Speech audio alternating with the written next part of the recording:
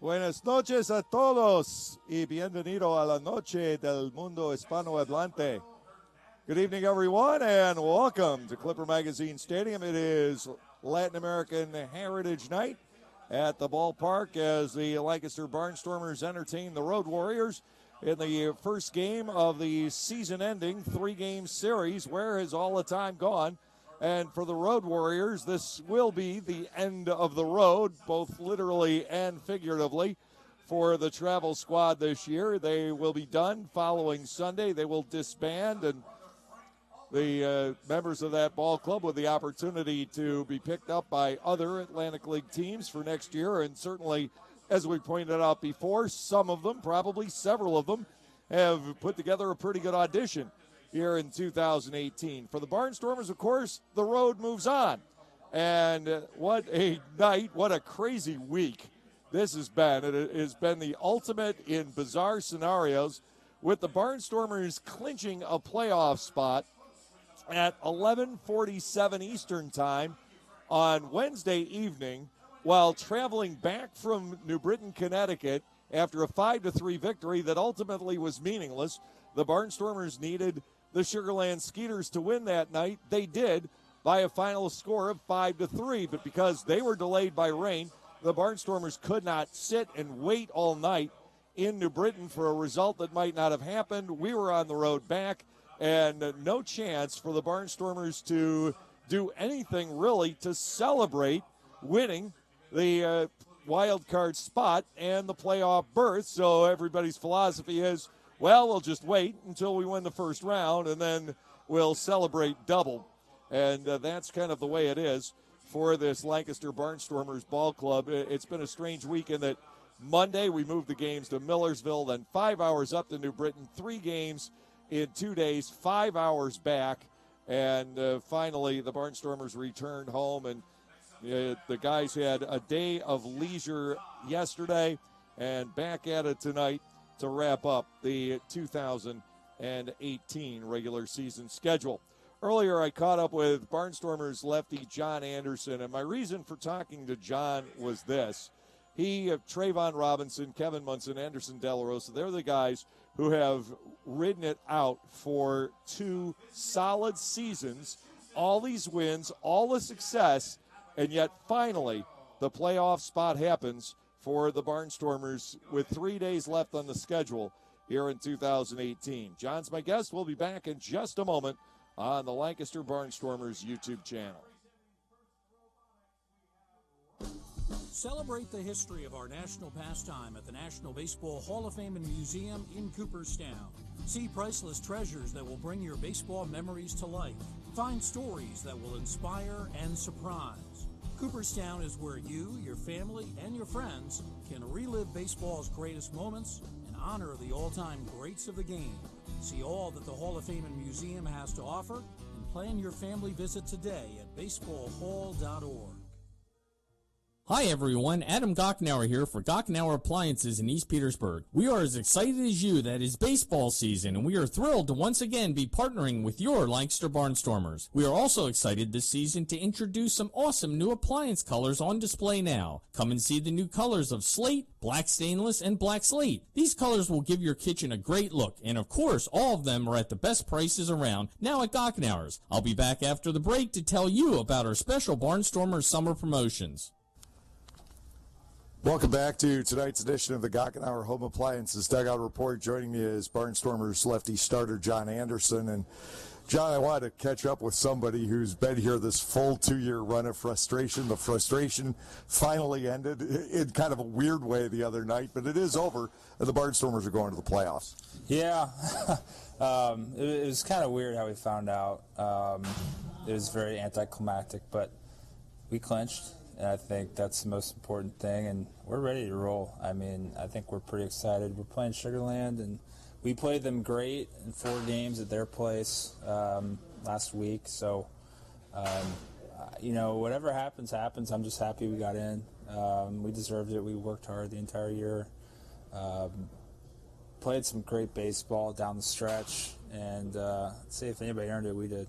You know, it's been such a strange stretch run, too, when you consider 6 doubleheaders in 2 weeks. One of them moved to another venue. Everybody had to scramble and pack up. Then there was the ride up to New Britain, the ride home from New Britain, 3 games in 2 days there. It's just been a grind, but at least a chance to rest up a little bit. 3 games this weekend just to tune up for that matchup. It still could be Somerset, small chance, most likely Sugar Land. Yeah, I mean, that stretch of games we had there, I'd say for the last 2 or 3 weeks, were pretty grueling.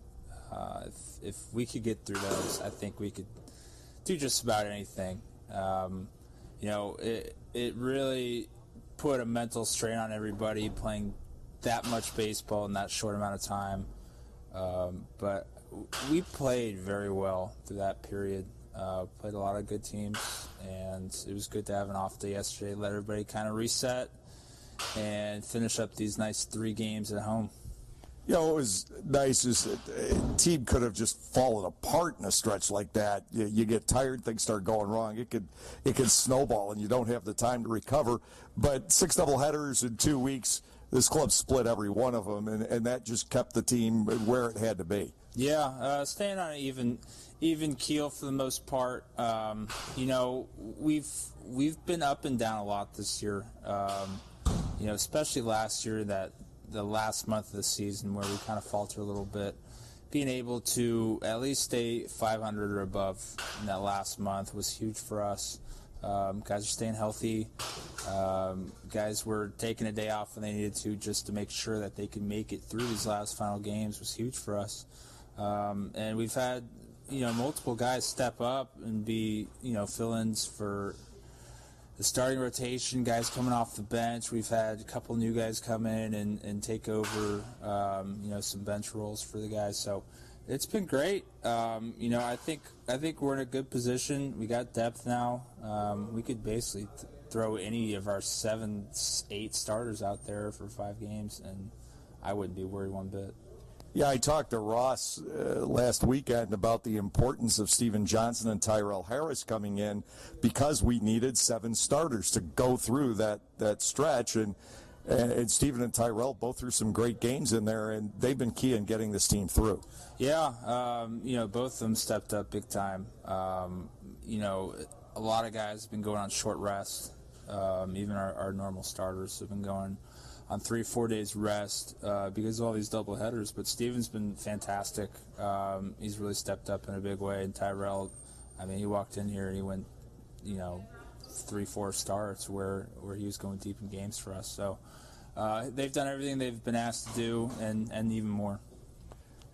You had your start against New Britain the other night. It went well. It got your innings in. You got some support from the ball club, and it was the kind of night that went pretty well for you for this ball club. And ultimately, that was the win. If you track it back, that was the win that kind of clinched the wild card for us. We just had to wait for the division to be clinched. Yeah, I mean, none of us really knew it at the time, but you know, I've just been trying to give our team a good chance to win the game. I figure if I can go 5 or 6 innings and keep it close. Our defense has been playing great. Guys have been having timely hitting, and the bullpen's been pretty solid the entire year. So, you know, it's been a change for me pitching out of the bullpen the first half of the season. It's a lot more difficult going from a bullpen guy to a starter than it is the other way around. So I've been trying to build up my stamina, trying to get going deeper into games, make sure I establish, you know, my tempo and how I want to attack hitters. So, you know, I've had my growing pains as well, but all in all, everybody's been doing great. Our 7 or 8 starters, you know, they've been doing exactly as they've been needed to do. You think back over the last 2 years, the Barnstormers have had the best record overall in the Atlantic League, still haven't won a half title just because this ball club has had a way under Ross of being consistent half in and half out. Yeah, Ross has done a fantastic job keeping all this together. You know, with everybody staying healthy and us not losing players to affiliated teams, we've lost 2 guys, I believe, this year, which is kind of an anomaly, I guess you could say. But we've kept our core guys together for almost the entire season, and I think that's what's propelled us over everybody else, and it's what kept us to win games. Yeah, that could be a good thing or a bad thing, but I think it speaks to the character of this ball club that things haven't deteriorated, that you guys aren't on each other's nerves, that we didn't have to get fresh people in here. Yeah, and it's something new, especially for me. I haven't been to a playoff series since 2013, so it's very new. I'm excited. I think a lot of these guys haven't been to a playoff type of race in quite a while either. So we're excited to get going. Just a couple more days, and we'll see you guys at the ballpark. Well, John, thanks, and I think that's my line, sort of. But in any event, thanks for taking time tonight. Good luck this weekend. I don't know if you're scheduled to get in any of these games to throw an inning or two. I suppose it's possible to get tuned up for a start at Sugar Land. No word yet, but we'll see. Ross has always got something up his sleeve, so we'll wait and see. John Anderson joining me tonight on the Gockenauer Home Appliances Dugout Report. Starting lineups are coming your way next on the Lancaster Barnstormers YouTube channel. Adam Gockenauer back with you again to tell you that we are back this season with Weber Gas Grills. We have the best selection and prices in the area on Weber, and if you mention this ad, you will receive 10% off all in-stock Weber accessories. Don't forget, we also fill your propane tanks here at the store. Don't waste money on exchanges when you can have us fill your tank and save you money. We are your appliance and gas grill headquarters. Come see us today on Main Street in East Petersburg or on the web at Gockenauers.com. You're totally probably safe to ride on your spare for what, 6, maybe 9 months? Don't trust the wrong advice. Get the right tires at the right price right away. It's what we've been doing at Jack Williams Tire right here in Pennsylvania since our family started this business back in 1929. Because doing things the right way is just the Williams way. Get the right tires right now at jackwilliams.com.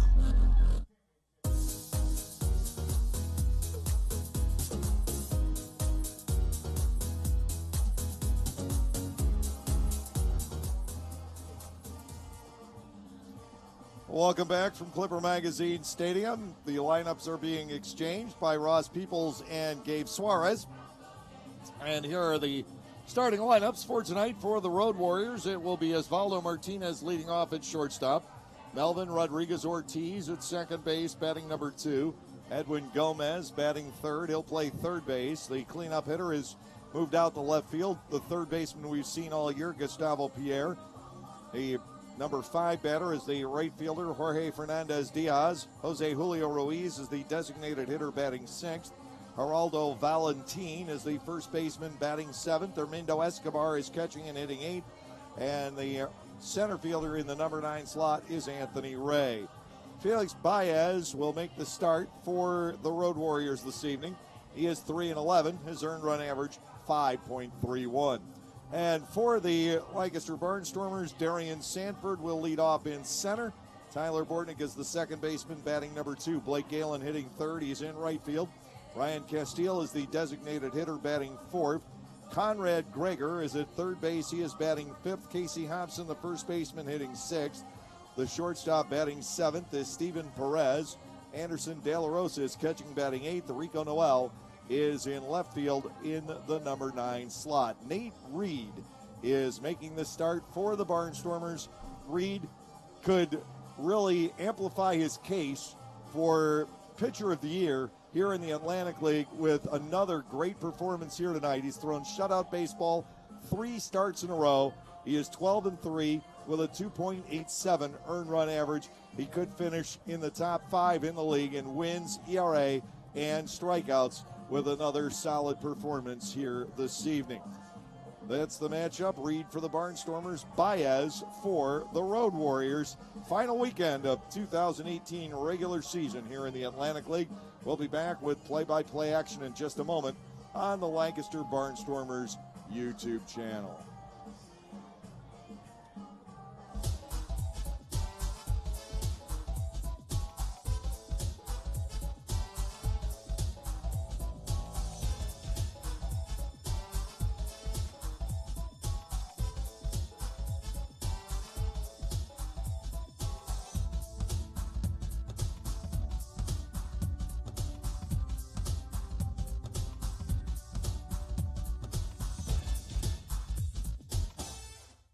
Enjoy a weeknight with the Barnstormers and leave with your wallet largely intact. Come on out on Munchie Mondays for all you can eat nachos, dogs, fries, popcorn, and soda for 2 hours. Or how about Koozie Tuesdays, where fans of legal age can enjoy $2 domestic drafts from 6:30 to 8. Bring your dog on Wiener Wednesdays and enjoy delicious dollar dogs as well. Or on Thrifty Thursday, popcorn is just $1, sodas are $2, and lawn seats are only $3. Call 717-509-HITS to order your tickets or go to LancasterBarnstormers.com. And we'll see you at the ballpark. Lancaster Bible College has been around since 1933, but did you know that they offer degrees in much more than just Bible? LBC offers degrees in criminal justice, business, professional counseling, and more, as well as graduate and seminary degrees in areas like Christian care, chaplaincy, education, and leadership studies. To learn more about LBC and the programs they offer, visit lbc.edu. That's lbc.edu.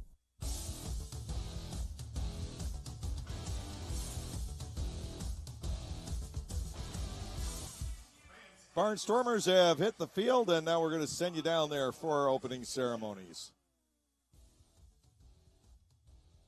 Performed this evening by Music for Everyone Chorus.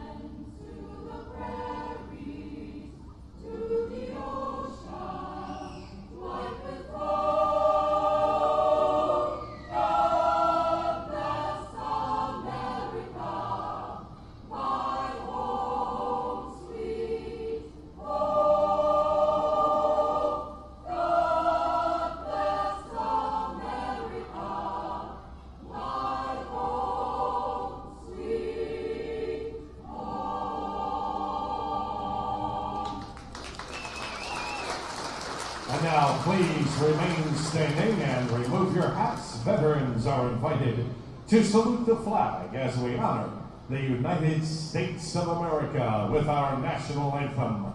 Here to perform the Star-Spangled Banner, Bo Stauffer.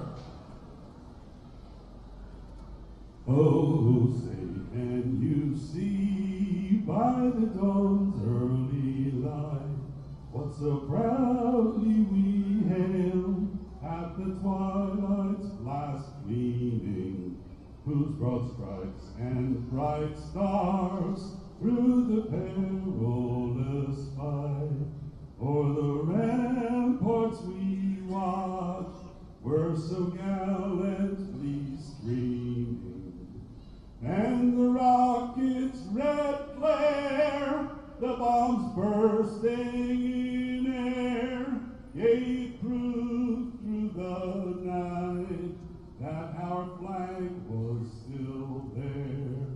Oh, say does that star-spangled banner yet wave o'er the land of the free and the home of the brave.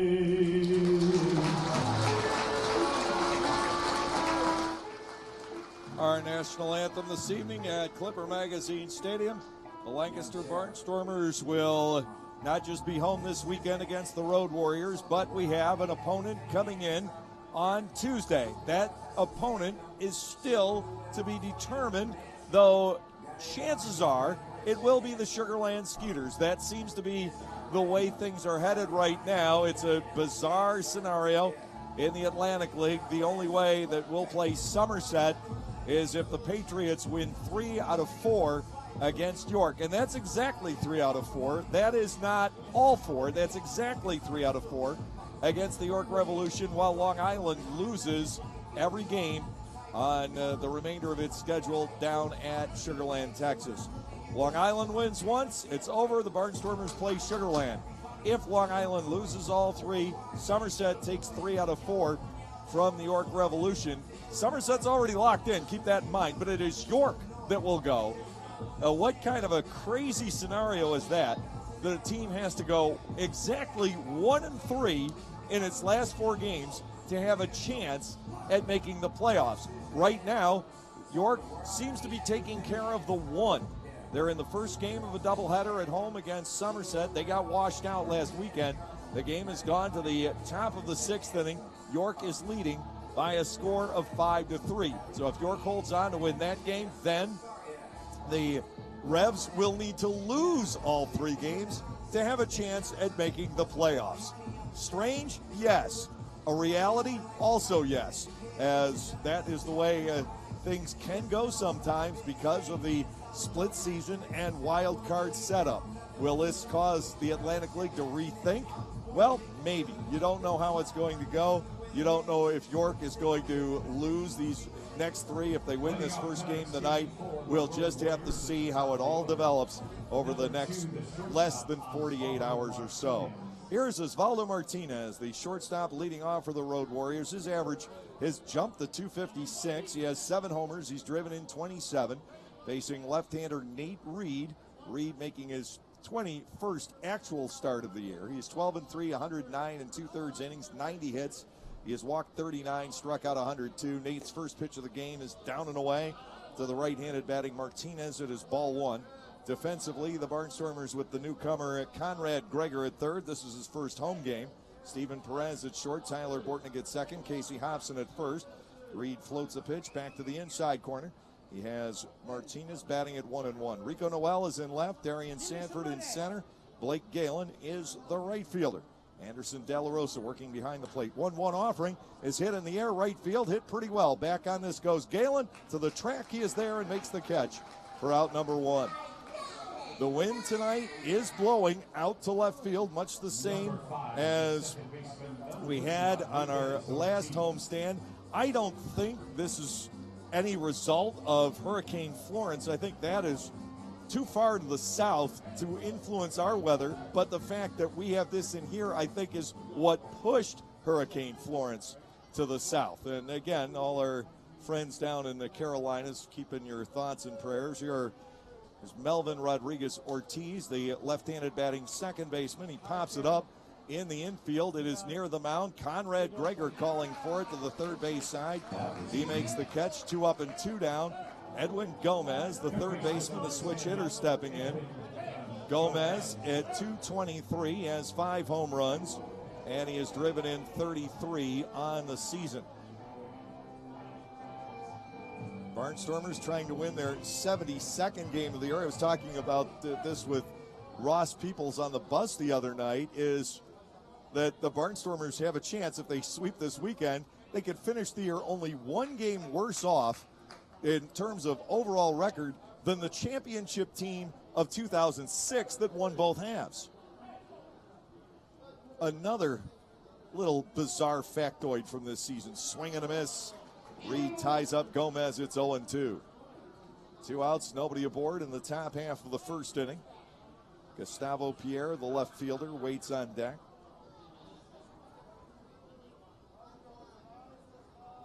Reed into the line, he kicks, brings it home, and this ball is lifted out toward left center field.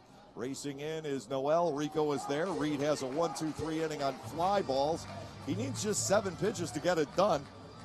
And at the end of a half, the Road Warriors nothing. The Barnstormers are coming up.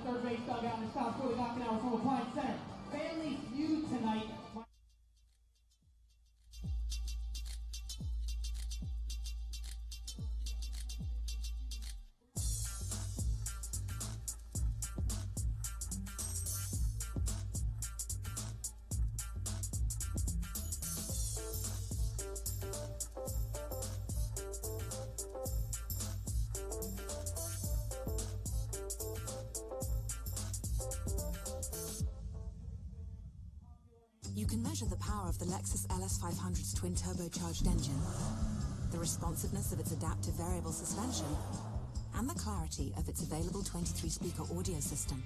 But the only way to truly understand it is to experience it. Discover the feeling only a Lexus can bring at the Golden Opportunity Sales Event, with exceptional offers on our most luxurious models, now until September 4th. See Bobby Rahal Lexus in Mechanicsburg. Click the banner to discover more. So, John, what should the Eagles' focus be this season? Eagles Fast Play for sure. As opposed to what? I'm talking Eagles Fast Play tickets from the Pennsylvania Lottery. Playing's faster than our wide receiver running a slant. Faster than our defense blitzing the QB? Oh, yeah. The game's got progressive top prizes, plus second chance drawings for Eagles game tickets, meet and greets, autographed merchandise, and more. Wow. I'm going to get mine fast. Fast Play. Play fast, win instantly. Players must be 18 or older. Please play responsibly. Benefits older Pennsylvanians every day.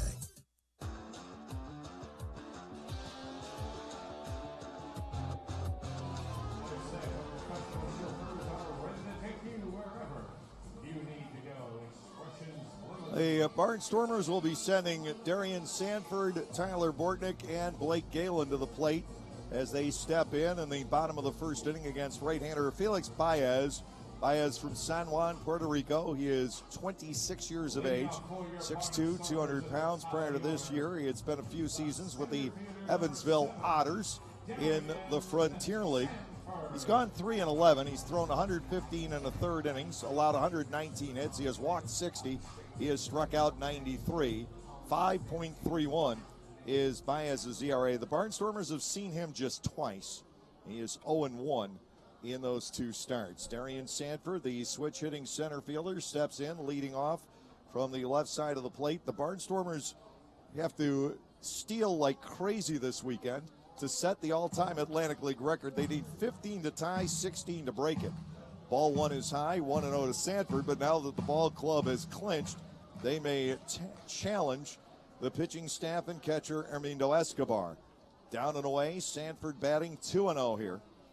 Edwin Gomez at third. The shortstop is Osvaldo Martinez. Melvin Rodriguez-Ortiz at second. Geraldo Valentin is the first baseman. Gustavo Pierre in left. Here's the delivery and a strike to Sanford. Darian taking. It's 2-1. Anthony Ray in center. Jorge Fernandez Diaz is the right fielder. Armindo Escobar is doing the catching. 2 balls, 1 strike to Sanford. Here's the windup and the pitch. Darian with a liner foul out to the hillside and left. We'll go to 2 balls and 2 strikes on the Barnstormers' leadoff hitter. Our umpires tonight, Thomas Gandolfo at the plate. Freddie DeJesus is at first. And Dave Martinez, we have not seen him before to my knowledge, is the umpire at third base. 2-2. And a Sanford fly ball foul to the left and out of play. Darian was 2 out of 5 Wednesday night. He pulled off a double steal along with Rico Noel in the third inning, and that was his league-leading 78th stolen base of the campaign. 2 balls and 2 strikes. Baez ready to go. Here's the wind and the pitch. Darian lines this toward right center field. That is down in front of the charging Anthony Ray. Sanford aboard with the leadoff single. And now it could be off to the races.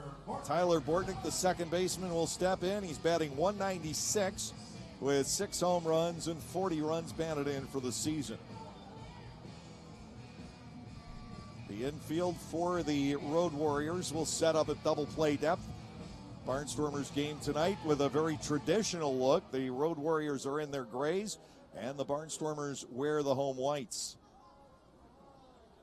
Sanford leads off first base. Bortnick in the batter's box. The set, the runner starts, doesn't go, and ball one is high. Escobar was ready to make a throw. Sanford pulled up after 2 or 3 steps. He must not have liked the situation. Ball one and no strikes. The count on Bortnick. Blake Galen in the on-deck circle. Here is the set. Sanford sticks around, and a strike to the outside corner. A ball and a strike to Tyler Bortnick.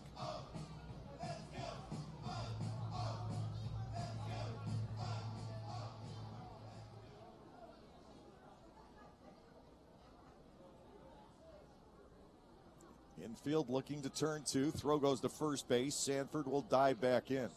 Josh Bell coaching first. Josh is, for the moment anyway, ceded the third base spot to the newcomer, Conrad Gregor. Ross wants to see what Gregor brings to the table here. 1-1. Bortnick swings and creams it down the left field line, but like has happened so often this season to Tyler, it goes foul. 1 ball and 2 strikes to the Barnstormers' second baseman. And that is a big part of the reason that his average is where it is. He's hit a lot of balls awfully hard, but always foul down that left field line. And it's taken a toll. That seems to me to be just a minor adjustment that is needed. A 1 ball and 2 strikes, but he hasn't quite found that. He's done everything else so well. 1 ball, 2 strikes on Bortnick, and the pitch down and away. Handled by Escobar. Baez apparently doing a nice job holding Sanford at first base. 2 balls, 2 strikes here in the opening inning. A runner on, nobody out, no score. After Nate Reed posted a 1-2-3 inning in the top half of the first. Very quickly, 7 pitches, 3 fly ball outs. 2 balls and 2 strikes. There goes Sanford. Here's the pitch, and that's lofted down the right field line, and that's going to go foul in that direction. 2-2, the count on Bortnick. Cloudy skies tonight, but no significant threat of rain, or no threat of any significant rain. Maybe that should be the better way to phrase it. We should be all right. 2 balls and 2 strikes to Bortnick. The set by Baez. Sanford takes off again. Ball 3 is outside. Escobar double clutches on the throw. You've got no chance on Sanford when you do that. That is Darian's 79th stolen base of the season. And take 1 off that counter. The Barnstormers now need 14 to tie the Somerset record from 18 years ago. Runner in scoring position. The count to Bortnick is 3 balls and 2 strikes. 3 chances to score the first run of the ball game. Second baseman Rodriguez Ortiz hovering toward the bag. Baez looks at the runner. Here's the 3-2. Bortnick ground ball down the line at third, and again foul. How frustrating this must be for Tyler Bortnick. 3 balls, 2 strikes to the Lancaster second baseman.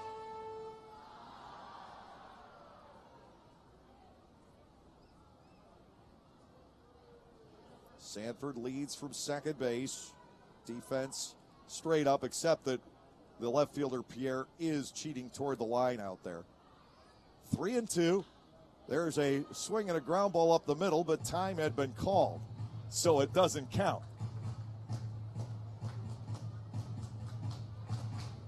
Thomas Gandolfo granted a late timeout, I would believe, to Bortnick, but the pitch came anyway, and Tyler swung and wrapped it up the middle, but Martinez didn't even bother to go for it. He was aware that time had been called. He had a clean line of sight in toward the plate umpire Gandolfo.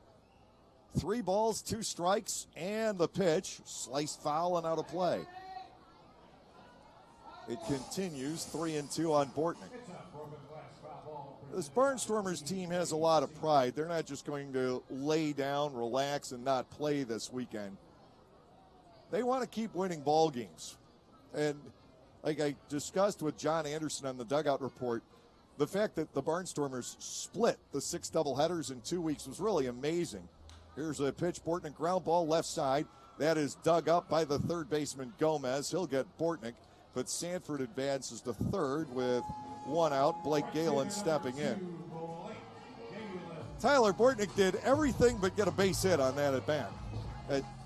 The 1 ball where time was in and he hit fair is a ground out to the third baseman as Gomez cut it off going to his left. Well, that leaves the inning to Galen. Blake at 281, 25 home runs, 86 runs batted in on the season. Designated hitter Ryan Castile waiting on deck. The Road Warriors will play the infield back early in the game. Galen can drive in a run comfortably on a ground ball. Here's the pitch to Blake. That catches the inside corner for a strike. It is 0-1. A single, a stolen base, and a ground out have Sanford parked at third with 1 out in the inning. Galen currently leading the league in runs batted in by 3. Breaking ball is low. It is a ball and a strike.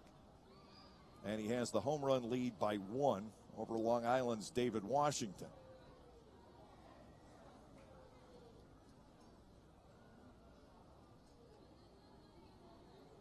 Sanford inching his way off third. 1 ball, 1 strike. And to Galen, swinging a high drive right field. That one is way, way back, and the walls will not contain it. Blake Galen belts his 26th of the year, and the Barnstormers take a 2-0 lead. And that one, I have to think, is out of anywhere. So Galen now has 97 Atlantic League home runs. He needs 3 more this weekend to become the 10th Atlantic League player to reach 100. Ryan Castile will come to the plate with the bases empty, 1 out. Castile at .317, 15 home runs and 66 runs batted in.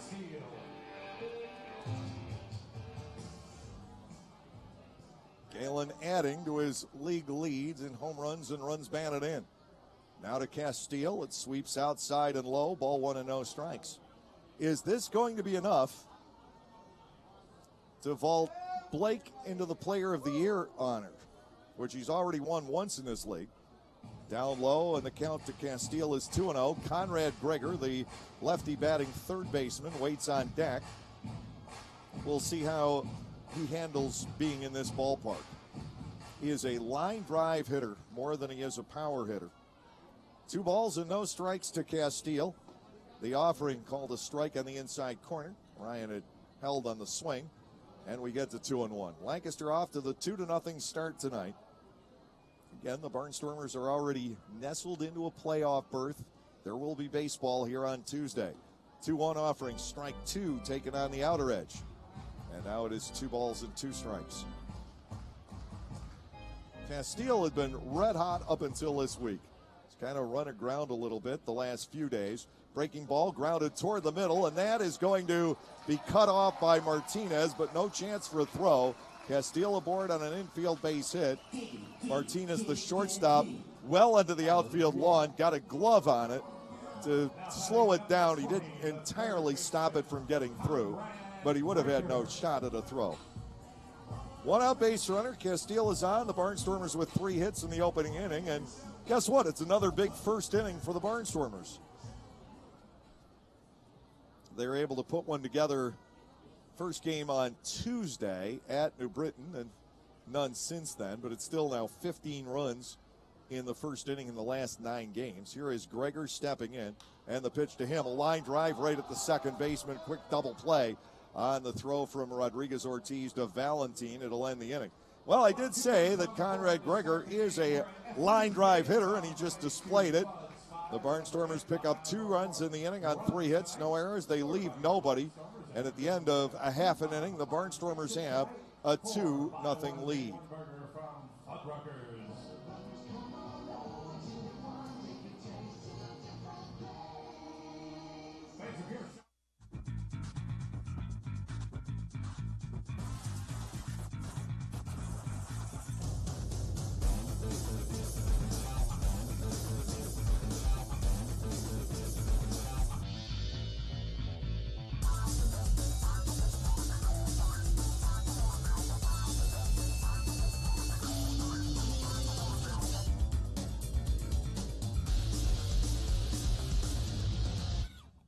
Localflavor.com, local flavor, localflavor.com, local flavor.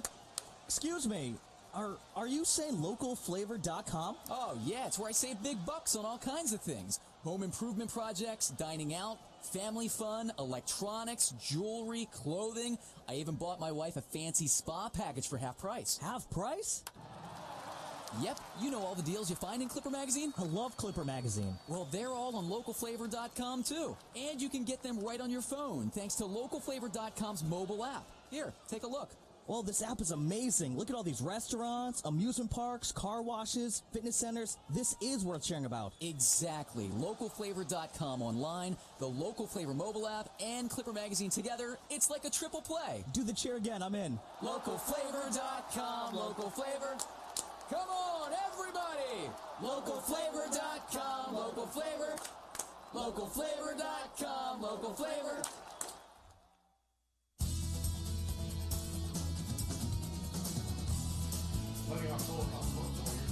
Gustavo Pierre, the left fielder, leads off the second inning against Nate Reed. the air. The left fielder, we're used to seeing him at third base, but batting .261 on the year with 13 home runs, 42 runs batted in. Nate Reed working to another right-handed batter. He actually pitches better to right-handers. Here's the wind and the offering. Ground ball slowly hit right side. With it is the second baseman, Bortnick. Quick throw to first. 4 up, 4 down. It'll bring on Fernandez Diaz, the right fielder. He is also a switch hitter. He's batting .245 with 11 home runs, 36 runs batted in. I say also because so is Gomez, the number 3 batter. Fernandez Diaz, a guy who also has done some damage in this ballpark this year. The Barnstormers do lead the season series 13 games to 2, but they've had some battles on their hands with this Road Warriors ball club. Fastball for a strike. It is 0-1 from Reed. Jose Julio Ruiz on deck. He hit a notable home run off of Nate earlier this year. Reed has beaten the Road Warriors twice. The pitch here is fouled away. He's got Fernandez Diaz, no balls and 2 strikes.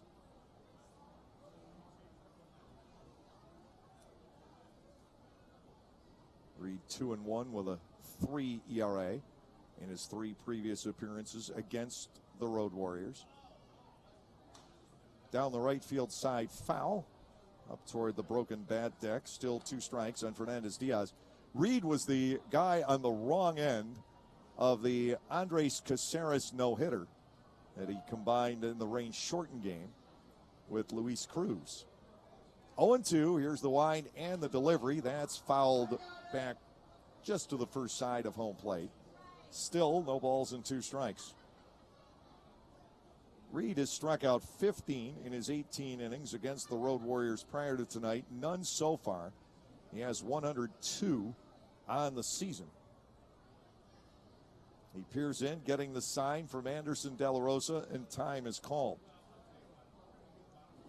102 strikeouts has him outside of the top 5 in the league at the moment, but he could get to third with a strong performance tonight. The 0-2 breaks off the inside corner. Fernandez Diaz gets the shoulder out of the way. Ball 1, 2 strikes.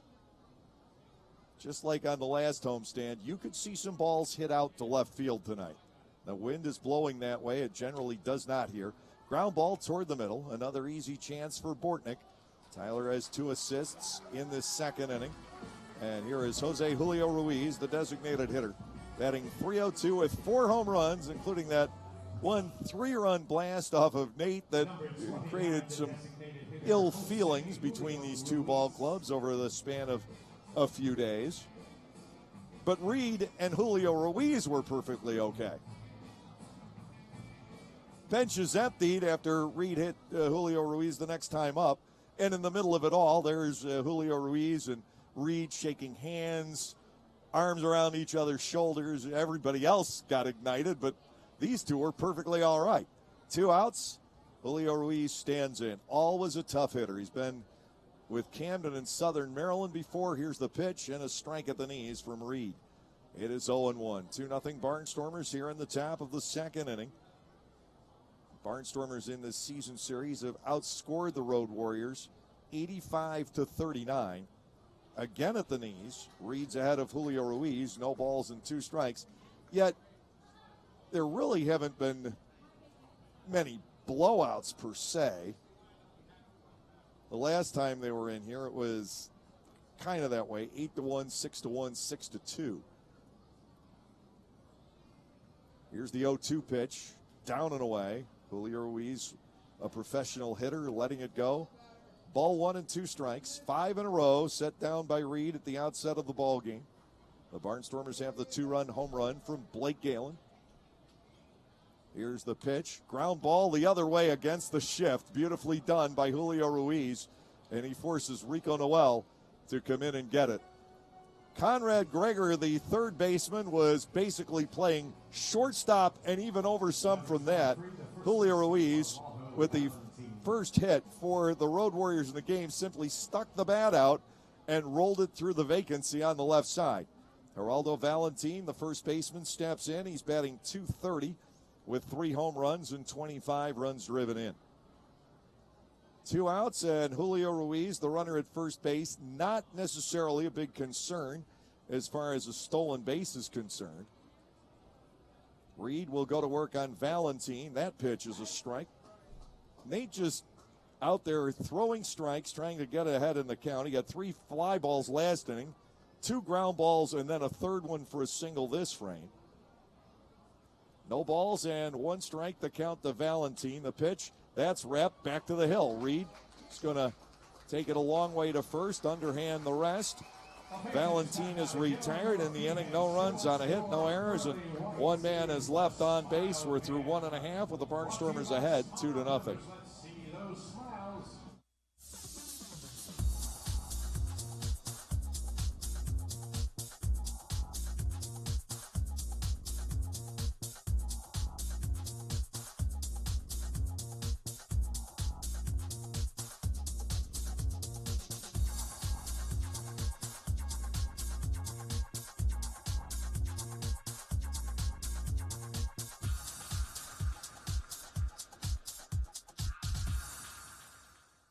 Enjoy weekends with the Barnstormers all season long. Every Friday evening home game will feature a different giveaway ranging from t-shirts to beach towels to backpacks. On Saturdays, enjoy the best entertainment doubleheader there is with Barnstormers baseball followed by fireworks. Sundays are fun days at the ballpark. Get autographs from some of your favorite Barnstormers players and play catch on the field before the game. Once the game is over, it's a Domino's Pizza Kids Base Run. Call 717-509-HITS to order your tickets or go to LancasterBarnstormers.com. And we'll see you at the ballpark.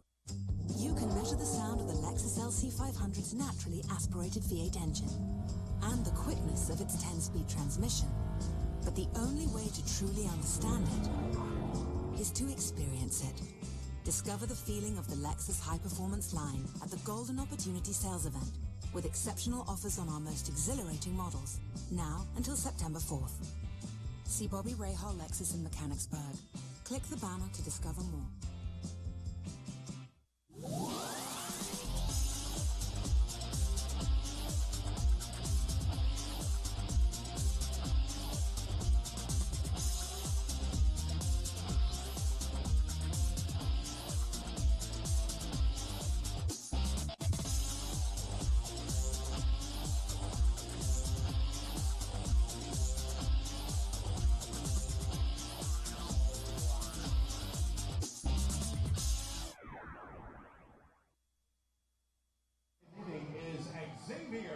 So we go to the bottom of the second inning. It will be Hobson, Perez, and De La Rosa for the Barnstormers against Felix Baez. The Barnstormers out to the 2-0 start for Nate Reed, who seeks his 13th win of the year. If Reed goes beyond 5 innings tonight, Ross might be tipping his hand about how he's going to set up the rotation for the playoff series. Reed will be going game 1 or game 2, but you can come back with the game 1 starter for game 5. So it's the way it looks right now, it'll be either Albaladejo or Reed to be in that number 1 slot for that series. If Reed goes past 5 tonight, I think you're going to see Albaladejo. Ball 1 is low, 1-0. If Reed gets pulled with about 50 or 60 pitches, then he can come back on 3 days of rest. 1-0 to Casey Hobson, a swing and a roller out ahead of the plate. The pitcher, Baez, on it, and he throws the ball down the right field line. Hobson is going to pull up at first base and stay there. An error is going to be charged to Baez for the throw. The shortstop, Steven Perez, will come to the plate. He is 7 for 30 with 3 runs batted in. He has been swinging the bat, generally speaking, pretty well. Robbed a couple of times of base hits over the last few days.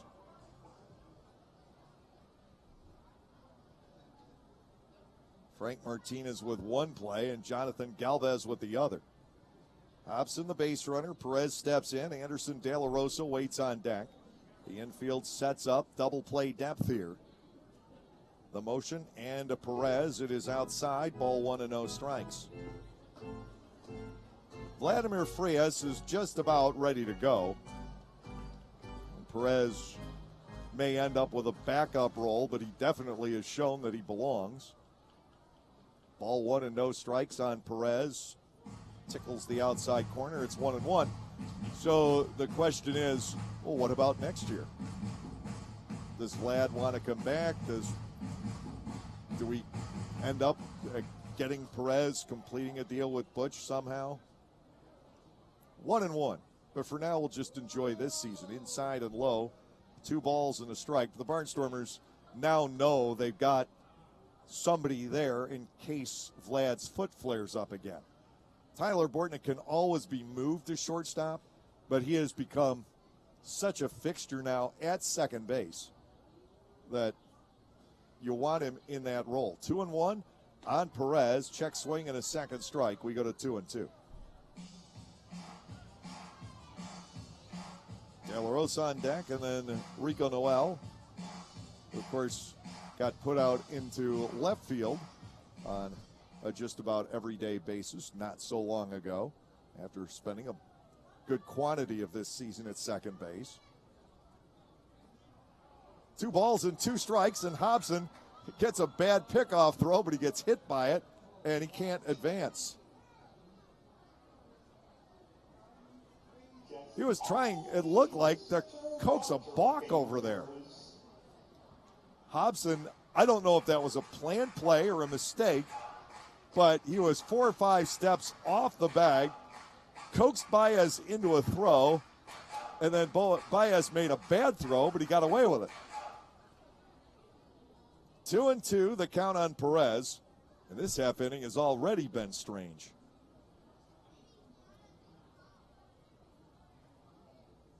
Inside and low, and it hits Perez. That will move Hobson to second base anyhow.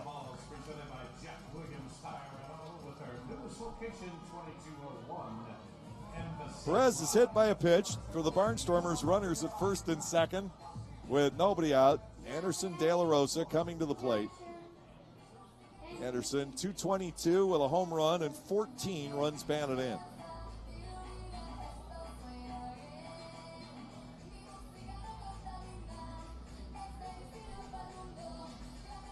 The bunt is an option here. But again, do you want Anderson De La Rosa bunting when you've already clinched a playoff spot, or do you want him getting swings in? You have to think more about 4 days from now than you do for the game tonight. Here's the pitch. De La Rosa swings away and misses. Down a strike. It is 0-1. Anderson hasn't driven in many runs this year, but he did pick up a big one on Monday over at Millersville.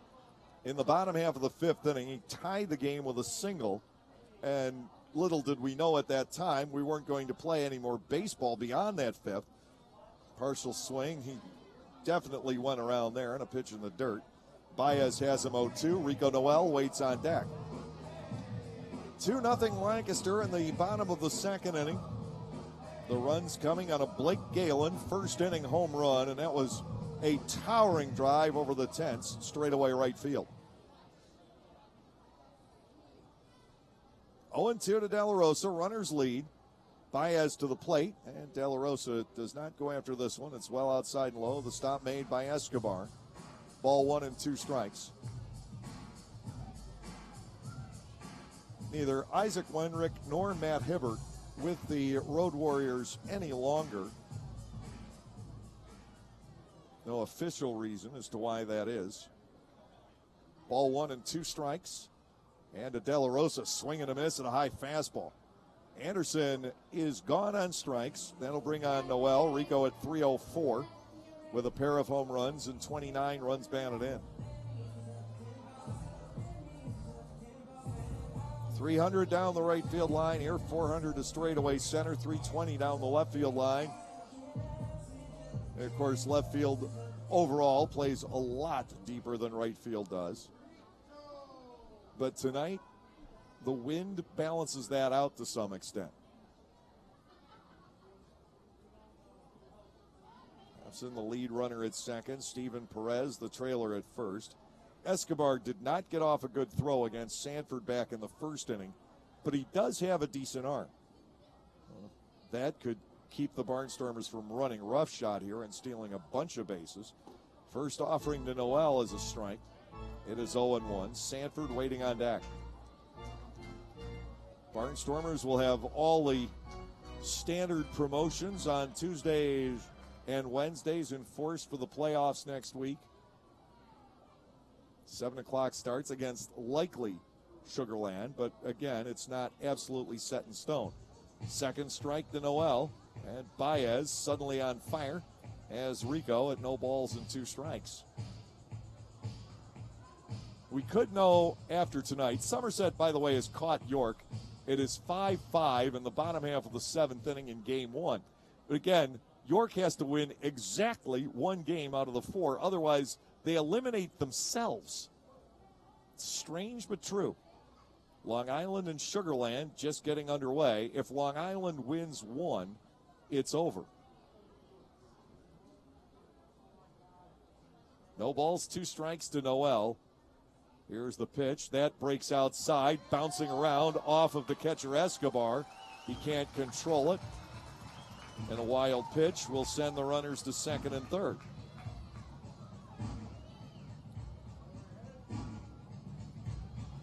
That pitch initially bounced off of Escobar, came back up, bounced off Noel, bounced off Escobar again, and rolled away. The infield will play in for the Road Warriors. Noel is batting at a ball and 2 strikes. Hobson at third, Perez at second. 1 out in the inning.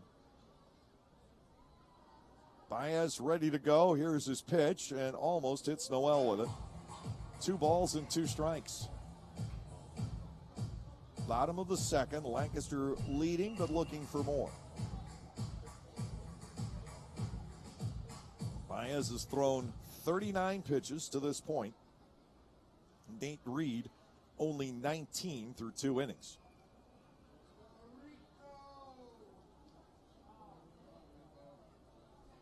Here comes the 2-2. Smash up the middle, base hit center field.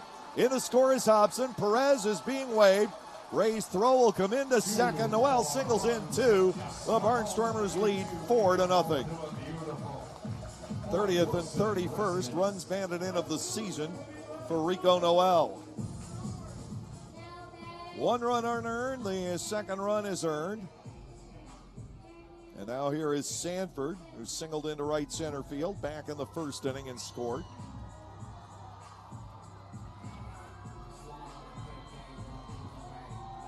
Lancaster with the 4-run cushion.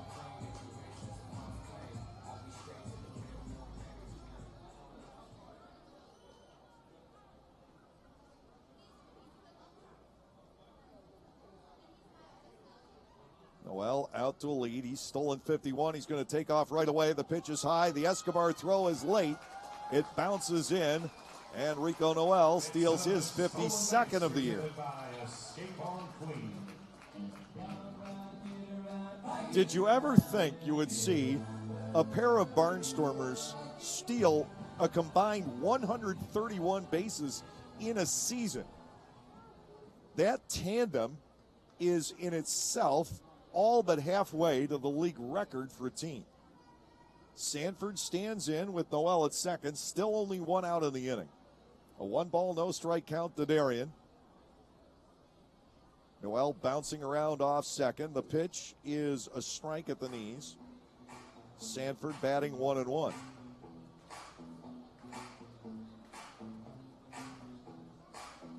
Lancaster now with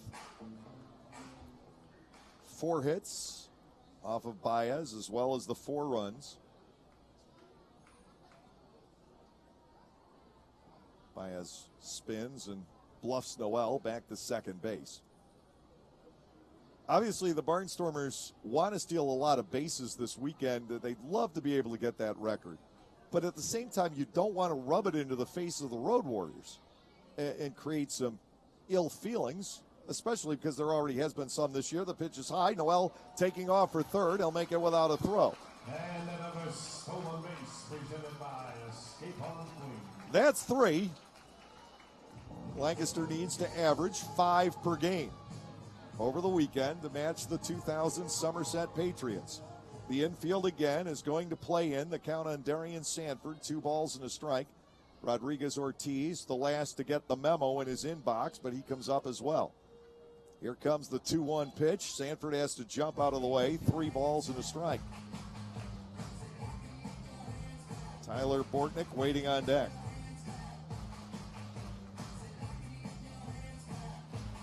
Ross Peoples sees some rough dirt along the third base line. He wants Noel to have a clear path home. Ross sweeps it out of the way with his foot. Now ball 4 is outside to Sanford. Oh boy, that could just add to it.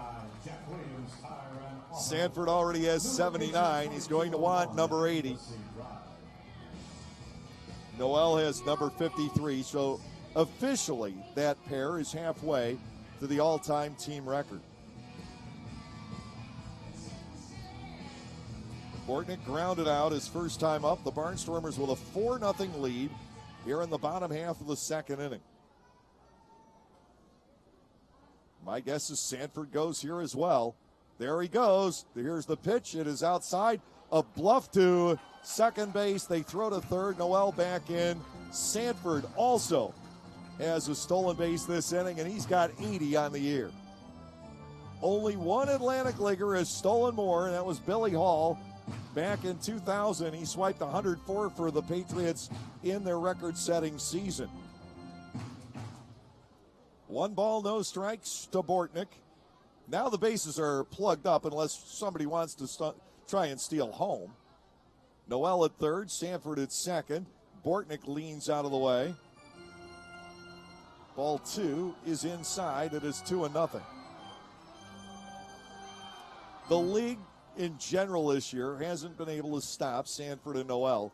To some extent, there have been times that Sugarland has. 2-0. Bortnick looks at a wide sweeping breaking ball for a strike. It is 2-1. Certainly in that 7-game series in late June, the Skeeters cut down the Barnstormers running game, but it's been difficult for the league in general. 2 balls and a strike to Bortnick. Here's the pitch from Baez, down and away. Escobar able to block that, and it's now 3 balls and a strike.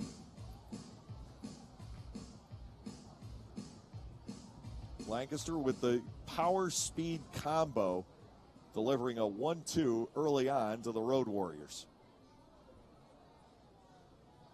A home run by Galen in the first inning and 4 stolen bases. 3 balls, 1 strike to Bortnick, the pitch. Bouncing ball up the line at third. That is handled in foul territory by Gomez charging in. It hugged the line for a good portion of the stripe, and then Gomez swiped it up in foul territory. He wouldn't have had a play at the plate, not with Noel being the lead runner. 3 balls, 2 strikes to Bortnick, trying to pick up some more runs here. On deck is Galen, who's already launched his 26th of the season. David Washington has 3 games left at Sugarland, and ordinarily you'd think a left-handed power hitter in Sugarland probably is just at a deficit, a disadvantage, but not Washington. 3-2 is ball 4. Bortnick gets a walk. The second in a row issued by Baez, and here comes Galen. Because of a couple reasons. One, Washington has enough power to leave that stadium to right field, and there aren't many in this league who can do it on a regular basis. And 2, David Washington isn't just a pull hitter. He's got power through the entire 90-degree span of the ballpark. So it's possible that he could catch Blake along the way. Melky Mesa had been stuck at 83 runs batted in. He's got 5 to catch up now. Galen with a swing and a foul. No balls and a strike. But Galen has the potential right now to blow the RBI race open. He's got Noel at third, Sanford at second, Bortnick at first. Just 1 out in the inning. No balls and a strike against Baez. Here is the pitch. Blake with a number back toward the hill. This is going to be shoveled home for the force out. And it's now Castile batting with the bases loaded. Galen safe on the fielder's choice. Noel is out 1-2. Galen unable to extend his RBI count. Castile has 66 for the year, and now he's got the bases loaded but with 2 outs. 4-0 Barnstormers, bottom of the second inning. Ryan Castile stands in with Sanford at third. Bortnick at second and Galen at first. Here's the delivery. Swing and a high drive left field. Way back this one goes, and the walls will not contain it. Ryan Castile, for the second time this year, has a grand slam against the Road Warriors. It's his 16th home run, and it's now 8-0 here in the second inning. It is a Ryan Castile grand slam home run. The Barnstormers out to an enormous lead. A 6-run second inning. Lancaster leading by 8. Nate Reed is 3 solid innings away from his 13th win of the year. Will that be enough to garner Pitcher of the Year honors? Here's Conrad Gregory lined into a double play his first time up. The offering is way inside for a ball. It is 1-0.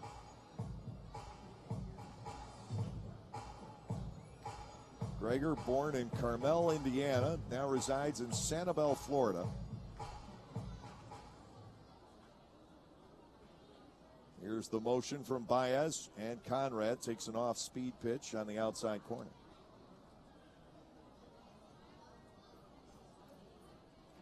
Barnstormers only with 2 hits in the inning. Gregor looks at a fastball to the outer edge now, and it's 1-2. Some chicanery out of Felix Baez. Castile's other grand slam was off of Kelvin Villa, who will start tomorrow night here. 1-2. Gregor awaits and takes ball 2 up and away. This has been now a 34-pitch inning for Felix Baez. Here comes the 2-2. Gregor swings, bounces it back to the hill. 2 hops to Baez. Perfect throw to first base this time. It ends the inning.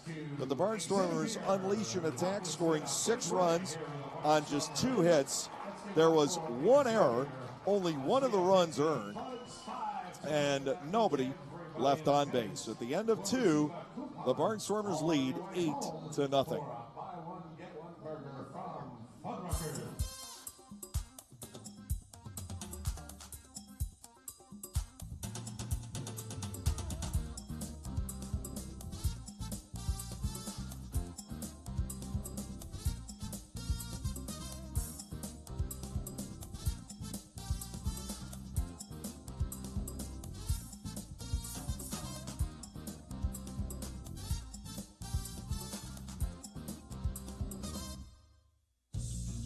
Most unique beer fest is coming to Clipper Magazine Stadium on Sunday, September 9th during the Barnstormers game against the Southern Maryland Blue Crabs.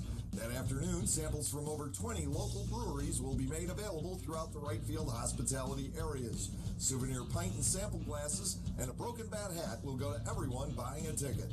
VIP tickets are available for early entry and limited releases. For more information, go to www.lancasterbarnstormers.com. So, John, what should the Steelers' focus be this season? Steelers fast play for sure. As opposed to what? I'm talking Steelers fast play tickets from the Pennsylvania Lottery. Playing's faster than our wide receiver running a slant. Faster than our defense blitzing the QB? Oh, yeah. The game's got progressive top prizes, plus second chance drawings for Steelers game tickets, meet and greets, autographed merchandise, and more. Wow. I'm going to get mine fast. Fast Play. Play fast, win instantly. Players must be 18 or older. Please play responsibly. Benefits older Pennsylvanians every day.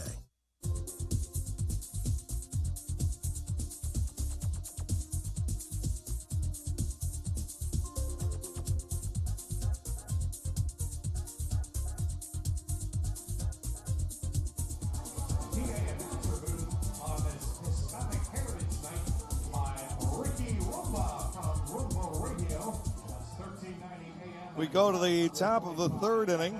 and it will be Armindo Escobar leading off for the Road Warriors. He's already had his hands full with the Barnstormers running game tonight. Lancaster is 4 for 4. Escobar leads off here, batting .230 with a home run, 9 runs batted in. Now he has to deal with Nate Reed. Here's the windup and the pitch to Escobar, up and away. Ball 1, no strikes. Now Reed had a pretty substantial wait through that bottom half of the second inning. 6 runs scored by the Barnstormers, only 1 earned off of Baez. Back into the motion. Here's the 1-0 pitch, driven to center field. Sanford coming in and then has to reach up at the last second. The ball sailed a bit. Escobar retired, 1 out. Anthony Ray, the center fielder, stepping in. Ray is batting .255 with no home runs and 13 runs batted in. The man who broke up the no-hit bid by Jonathan Albaladejo back on the first Road Warriors visit of the year. We have the public address announcements in both English and Spanish here in the third inning, which is a neat touch. First pitch from Reed to Ray is low for a ball. It is 1-0. I love these nights, whether it's a Hispanic Heritage Night, fastball for a strike. We've seen Irish Heritage Night, Italian Heritage Night, Polish Heritage Night, Jewish Heritage Night. I think they're marvelous. 1-1. Ball 2 is inside, 2-1, because every one of these is a reminder of the great melting pot this nation is. 2 balls, 1 strike, the count to Ray, and the offering inside-out swing, and it's grounded foul up the third base side out to Gabe Suarez, coaching over there. 2 balls and 2 strikes on Ray. Osvaldo Martinez, the shortstop, is due next. 8-0 Barnstormers here in the third. Reed just out there trying to throw strikes, keep his pitch count down, work with the lead. Back to Ray at 2-2. The pitch, a breaking ball, and that's stung foul. Same trajectory as the last one, but this one too hot for Suarez to handle. Continuing at 2 balls and 2 strikes. And the more groups of ethnicity that we could blend into a night at the ballpark, then so be it. Here's a 2-2 inside, and Ray gets the back leg out of the way. 3 balls and 2 strikes. I'd love to see it. Just the more the merrier. Obviously, in Latin America, there is a passion for baseball, at least in portions of Latin America. Ground ball to the second baseman. Bortnick quickly to his left. Fires on. Ray's retired. 2 outs. And Osvaldo Martinez, the shortstop, steps in. As a matter of fact, there's probably, at least in the island nations in the Caribbean, Dominican Republic and Cuba, and of course the Commonwealth of Puerto Rico, part of the United States, then there's so much passion for baseball there. Just all you needed to do was watch the World Baseball Classic or just follow the Winter Leagues and the Caribbean World Series. It's something I want to do. You talk about a bucket list, that's on mine. Inside and low, ball 1 and no strikes on Osvaldo Martinez. I want to go to the Caribbean World Series. It's not in the offing anytime soon, but it's definitely something I want to do. A strike at the knees, 1-1. But I'm going to be torn which country I would root for. Man, how do I choose? Venezuela, Mexico, Dominican Republic, Puerto Rico. I got friends everywhere. 1 ball and 1 strike. The count on Martinez. It's rifled foul out to the hillside. Hit very hard by Osvaldo. 1 ball and 2 strikes. But undeniably something that I would like to do.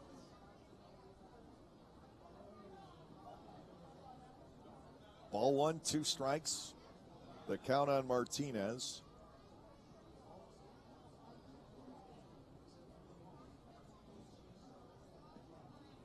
And if you haven't had the opportunity as a Barnstormers fan to spend some time with the players that we have in here from Latin America, I would highly recommend that you take that chance. Swing and a miss. Reed's first strikeout of the game. Martinez goes down. It's a 1-2-3 inning in the top of the third. Nothing across for the Road Warriors, and we go to the bottom of the third with Lancaster leading 8-0.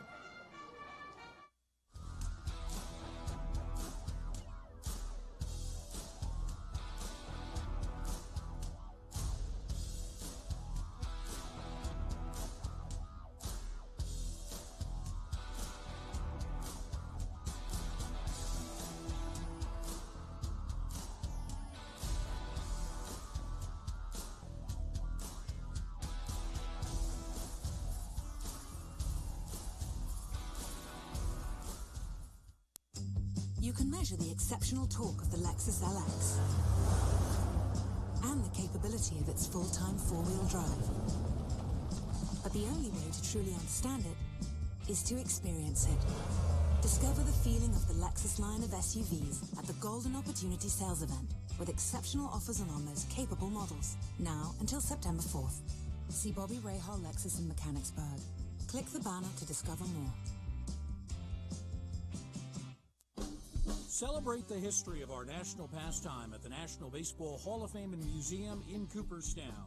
See priceless treasures that will bring your baseball memories to life. Find stories that will inspire and surprise. Cooperstown is where you, your family, and your friends can relive baseball's greatest moments in honor of the all-time greats of the game.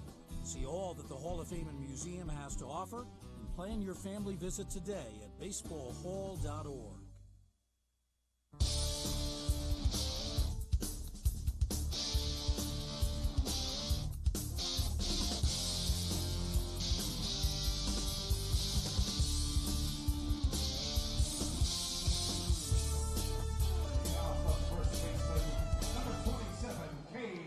Casey Hobson will be leading off the third inning just as he did the second. He reached on a throwing error by the pitcher Felix Baez. Hobson has been swinging the bat pretty well. He's .319 for his last 72 at-bats. He's been spraying a lot of singles around, not quite as much power as we're used to seeing out of KC. Here's the windup, the pitch by Baez, swing and a miss, and it looked like he was going for it all there. 0-1 on the Barnstormer first baseman. Just 5 hits and 3 earned runs off of Baez. His own throwing error got him in a world of trouble last inning. Here's the 0-1. That's past everything. And it's also seemed like Escobar and Baez just can't get together tonight. They have misfired several times. Escobar has had all he can handle behind the plate. 1-1. Hobson checks on the swing, and Dave Martinez, the third base umpire, says he went. It is 1-2. There were a couple of check swing calls at New Britain, to which the Barnstormers took some umbrage. 1 ball and 2 strikes to Hobson. Baez ready to go, and the pitch. KC pulls a line drive into the alley, right center field. That is going to get all the way out to the wall. It'll be chased down there by Anthony Ray. Into second base, standing with a leadoff double, is Casey Hobson. His 8th double of the season. The Barnstormers with the runner in scoring position for Steven Perez. Perez hit by a pitch back in the second inning. Barnstormers with their 6th hit. Hobson with the double. They have home runs by Galen and Castile already in the ball game. 26 for Galen. Castile with 16, and he has piled up now 70 runs batted in. Up and in to Perez. Ball 1 and no strikes. For the longest time this year, I felt that Castile was better as a 5 or 6 hitter. And no longer do I think that way. I think he's finally gotten this cleanup thing down. Ball 2 is outside, 2-0. And without Jimmy Paredes being available to the ball club, that is huge. The Barnstormers definitely need a force backing up Galen, and Castile has become that force. 2 balls and nothing to Perez, a strike, and it's 2-1. Anderson De La Rosa waiting on deck. with Hispanic Heritage Night tonight. Anderson gracious enough to be the spokesperson on behalf of the Barnstormers. Here is the 2-1, 3 balls and a strike. And I once heard this said back when I was in Bowie in affiliated ball, but I think it becomes even more true in the Atlantic League. You have a lot of players that come and go, and you root for them, and they're part of your life for a while, for a season, and then they go. But there are occasionally those guys, whether it's Blake Galen or Trayvon Robinson, or certainly this man stepping in, Anderson De La Rosa, that become family. And I think this franchise sort of feels that way about Anderson. He's family here, making his home now in Lancaster and doing whatever he can to build the Barnstormers. Hobson at second, Perez the runner at first base with nobody out. De La Rosa, a strikeout victim, back in the second. And this is a guy who may not have too many playing years left. He's 34. But a lot of baseball years behind him, and I think a lot of baseball years ahead of him in some capacity. Slider for a strike. It is 0-1 on Anderson.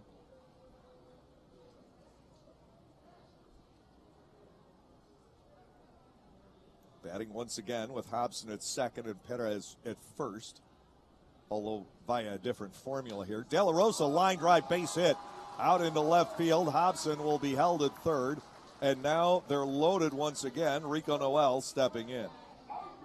Number 11, Rico Noel. Rico Noel.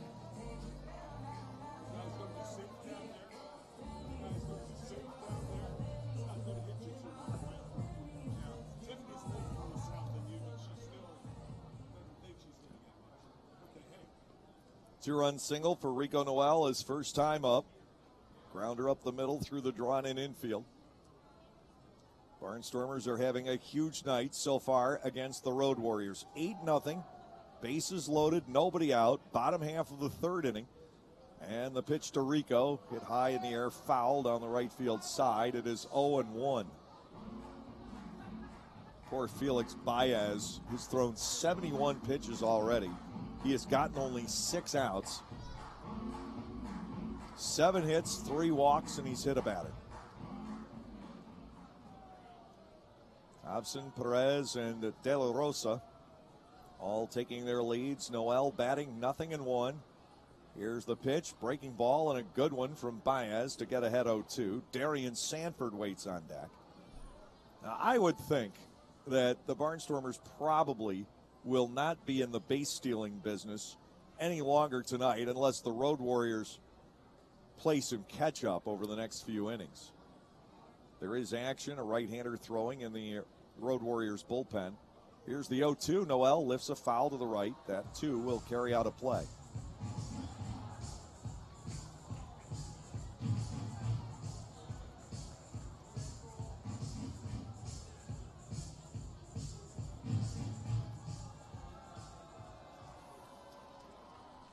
Lancaster already up by an 8-0 score.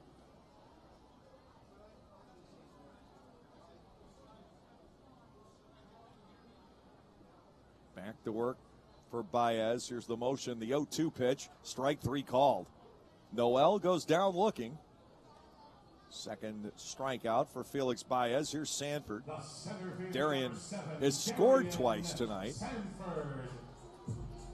Darian Sanford. He has walked, singled, stolen 2 bases. His 79th and 80th of the season. Batting with the bases loaded and 1 out here against Baez. Right-hander brings it home. It's low to Darian. Ball 1-0. Trying to pick up the uniform number of the right-hander warming up in the bullpen. It may be Ortega. 1-0 pitch. Ball 2 is in the dirt. Sanford ahead in the count. 2 balls and no strikes. Or it may be Mariel Checo. I can't see the hair. It's either, looks like it's either 25 or 26. I'm more inclined to think it's Checo. And I could be entirely wrong. 2-0 to Sanford with the bases loaded and 1 out. Darian looks at a pitch at the top of the zone. A strike taken, 2-1. Barnstormers up by 8 here in the lower half of the third inning. Trying to draw a bead on win number 72 for the year.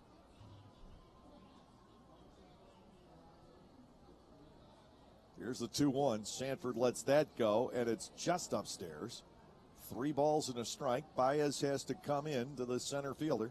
A walk would force home another run.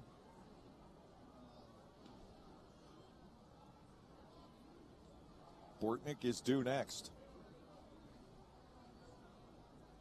3-1 pitch. Sanford takes a rip and fouls that back. That clips Escobar. Jeremy Bender, the trainer for the Road Warriors, coming out to take a peek. Escobar pretty much waves him back. Sanford bats at 3-2. An 8-run Barnstormer lead. Tomorrow night, our final fireworks display of the regular season. And because, in all likelihood, we're going to be playing our playoff games during the week, I don't know if we'll be able to get a fireworks show in or not. I'd love to have that be a possibility. 3-2, Sanford just fouls it. He stays in against Baez. Hobson led off this inning with a double. Perez a walk. De La Rosa a single. They occupy the bases with 1 out here. Sanford has 33 runs batted in for the year. Wouldn't mind a couple more here. Payoff pitch is coming from Baez. It's up and away, and Sanford will drive in 1 more. Bases loaded walk. Now it is 9-0.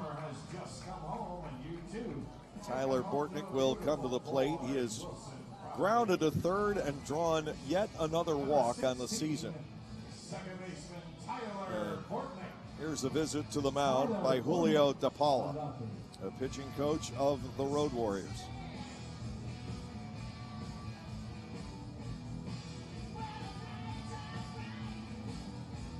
Lancaster with a 9-run lead.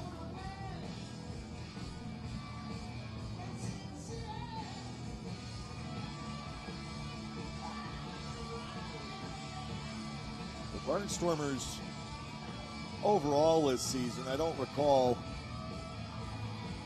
having a win bigger than the 14-4 win at York on April 28th, which was matched by the 11-1 win at Somerset on May the 11th.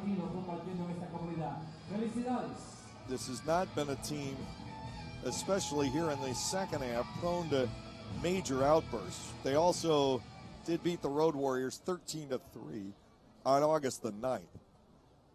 So 10 has been the largest margin of victory for the Barnstormers over the course of the year. They could surpass that here. Perez, De La Rosa, and Sanford on base.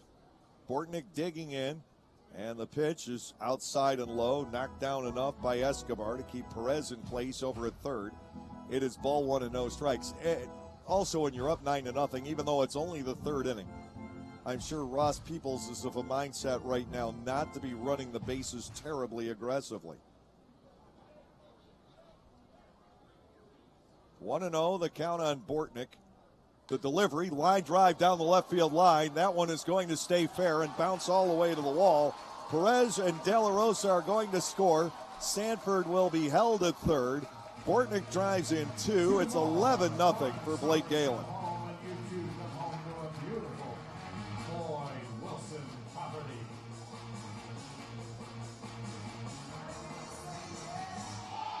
And here comes Ellie. That will be all for Felix Baez, who before it's all over with could allow 13 runs in this game, and that's Greg Modica territory. It's an unfortunate situation. The Barnstormers have the pressure taken off of them. And we kind of see tonight exactly what this team can do when it is just freewheeling. And, oh my, they have just unloaded. Second and third with one out. Blake Galen will be stepping in, but a call to the bullpen is being made, and we're going to be taking a break and pausing for these messages. They began dating, and through the years, Kendall has had the pleasure of seeing Alex develop into our on-field MC while also developing some pretty impressive.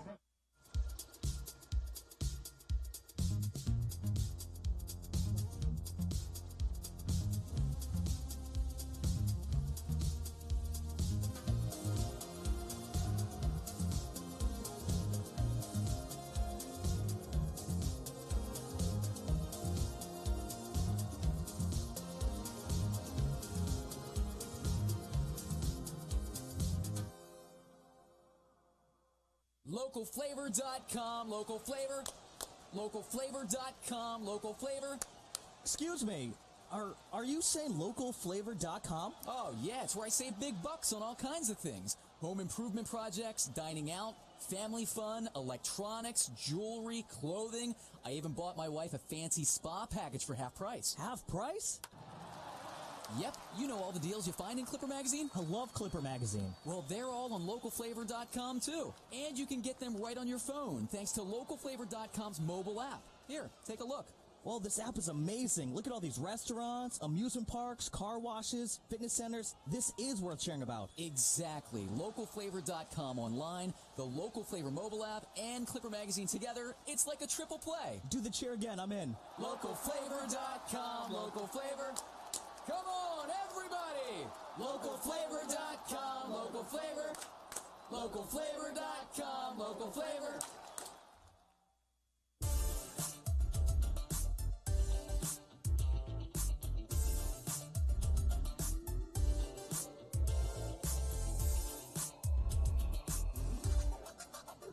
Here's Blake Galen with the Barnstormers already up 11-0. Blake drove in the first 2 runs of the night with a homer in the first inning and then bounced into a force out at home plate with the bases loaded back in the second. He takes a ball up and in from Mariel Checo.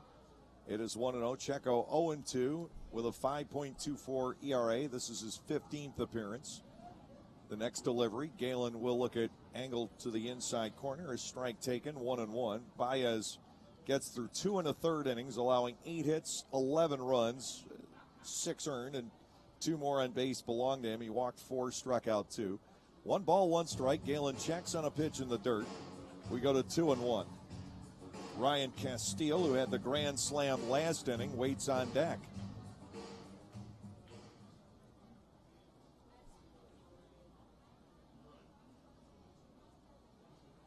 Two and one. Galen looks at a second strike. It got the outside corner from Checo.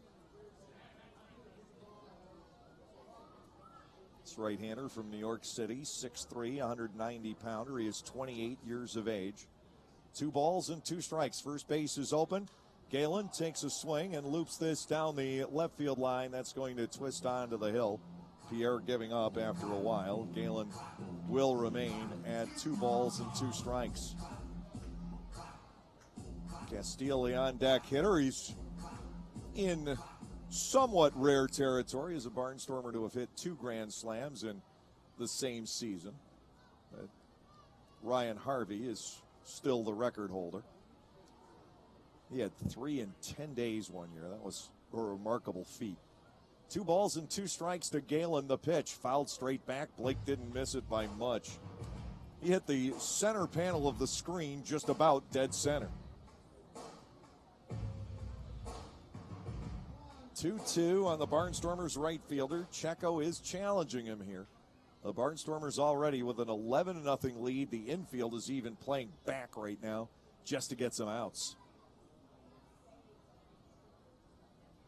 2 balls, 2 strikes. Checo ready to go. This is again lifted foul and out of play to the left. Galen takes the plate appearance to pitch number 8.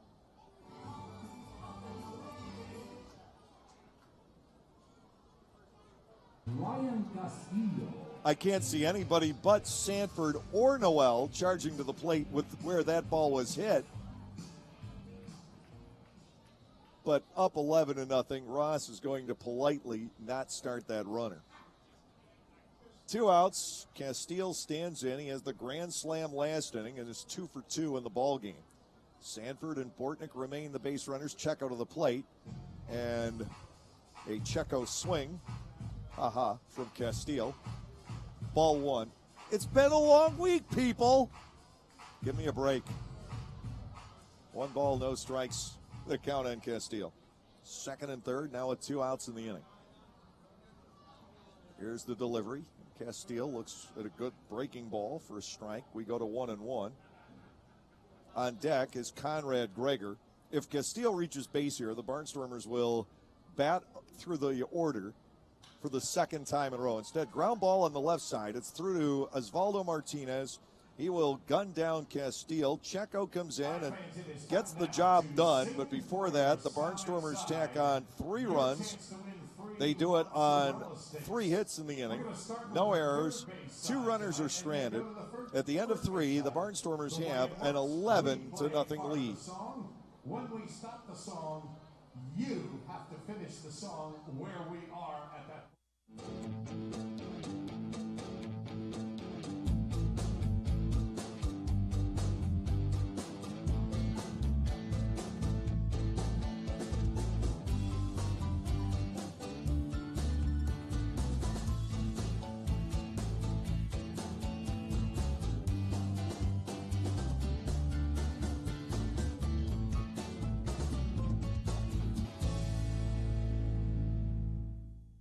Like craft beers, local wines? Well, the best place to be in Lancaster then is Clipper Magazine Stadium. That's right, all new for 2018 is the Broken Bat deck down the right field line. The Broken Bat will feature more than 20 local craft breweries and product from 2 local wineries. If something with a little more kick is your adult beverage of choice, a local distillery is part of the Broken Bat as well. Food will be sold off a pub-style menu, so get together, hang out with your friends, make some new ones, and enjoy a night of craft beer sampling along with a Barnstormers game. You're totally probably safe to ride on your spare for 6, maybe 9 months? Don't trust the wrong advice. Get the right tires at the right price right away. It's what we've been doing at Jack Williams Tire right here in Pennsylvania since our family started this business back in 1929. Because doing things the right way is just the Williams way. Get the right tires right now at jackwilliams.com.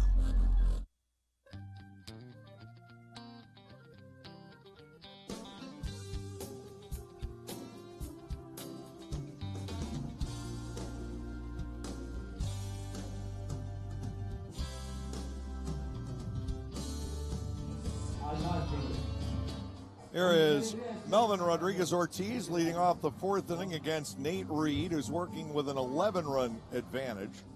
Rodriguez-Ortiz popped the 3rd back in the 1st inning. Reed has thrown 32 pitches to get through 3, but he has had some long layoffs. Here's his pitch, and the second baseman for the Road Warriors takes high for a ball. It is 1-0. Edwin Gomez on deck, and then Gustavo Pierre. 11 runs, 8 hits, no errors, and the Barnstormers have left 2. Line drive center field. Here comes Sanford, but he's got to just knock that one down. A leadoff single for Rodriguez-Ortiz here in the 4th inning. That brings on Edwin Gomez, the 3rd baseman. He flied out the left field his first time up. The Barnstormers with the big lead tonight and a chance to kind of run the table tonight. We'll see how it goes.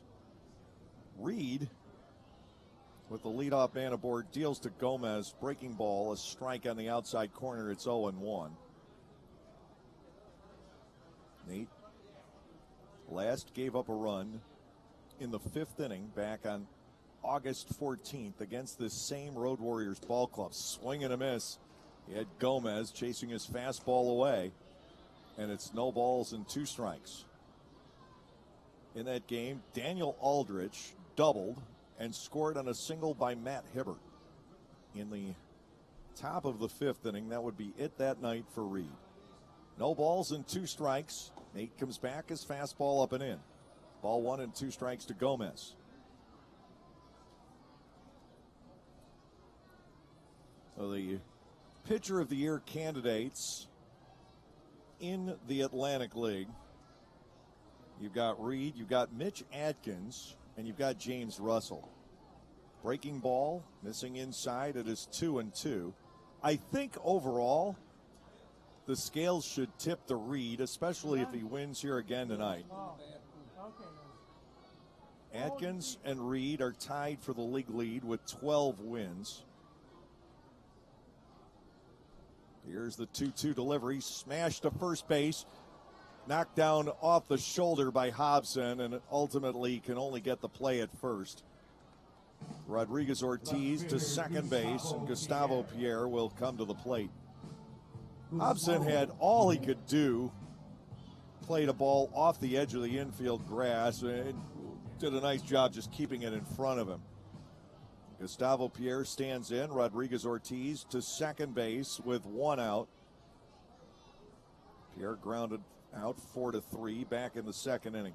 It is, by the way, worth noting that both hits off Reed in this game have been from left-handed hitters.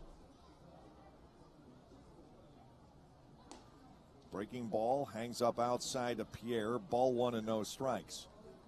Because that is Reed's tendency. Right-handed batters for the year hitting only .215 off of him. Here's his pitch.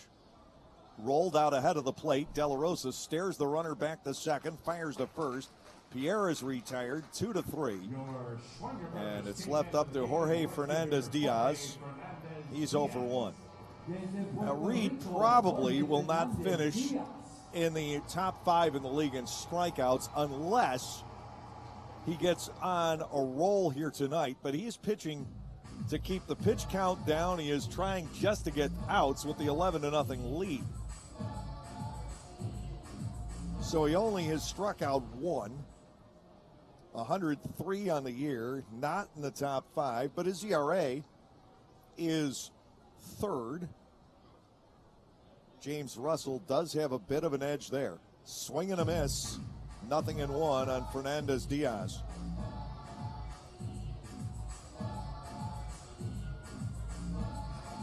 Russell's ERA 2.43. Vince Molesky of Somerset 2.66. And Reed starting tonight 2.87. Fouled away. Reed has Fernandez-Diaz at 0-2.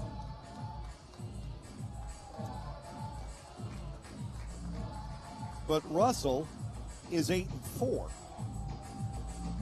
Reed is 12-3. Well, that would bode in Reed's favor. No balls and 2 strikes to Jorge Fernandez-Diaz. Melvin Rodriguez-Ortiz at second base. 2 outs in the inning. Reed trying to put up a 4th 0 on the board tonight.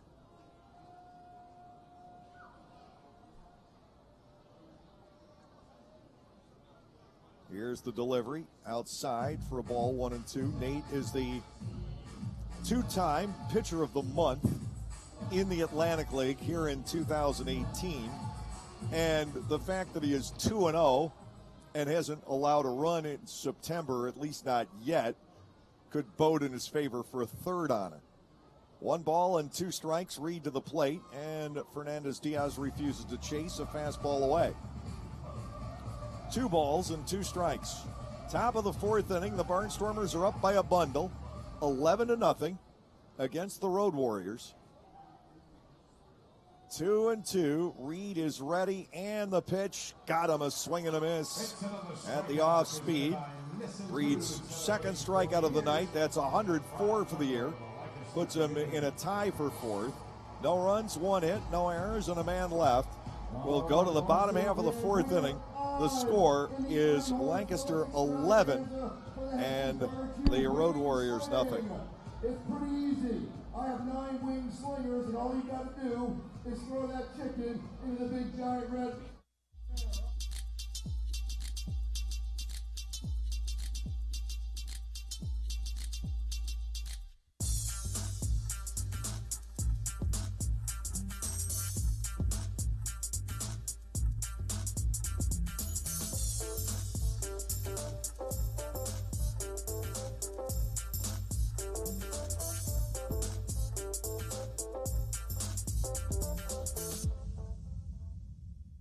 You can measure the power of the Lexus LS500's twin-turbocharged engine, the responsiveness of its adaptive variable suspension, and the clarity of its available 23-speaker audio system.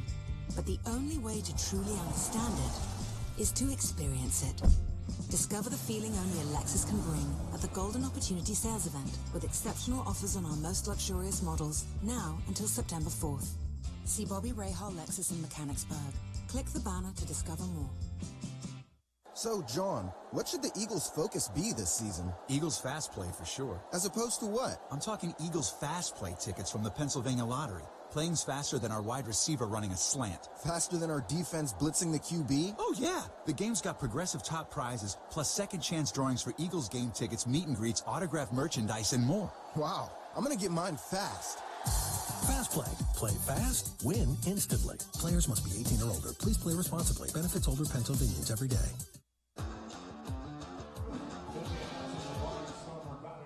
Conrad Gregor will lead off the Barnstormers half of the fourth inning. He's 0 for 2. He is lined to second base.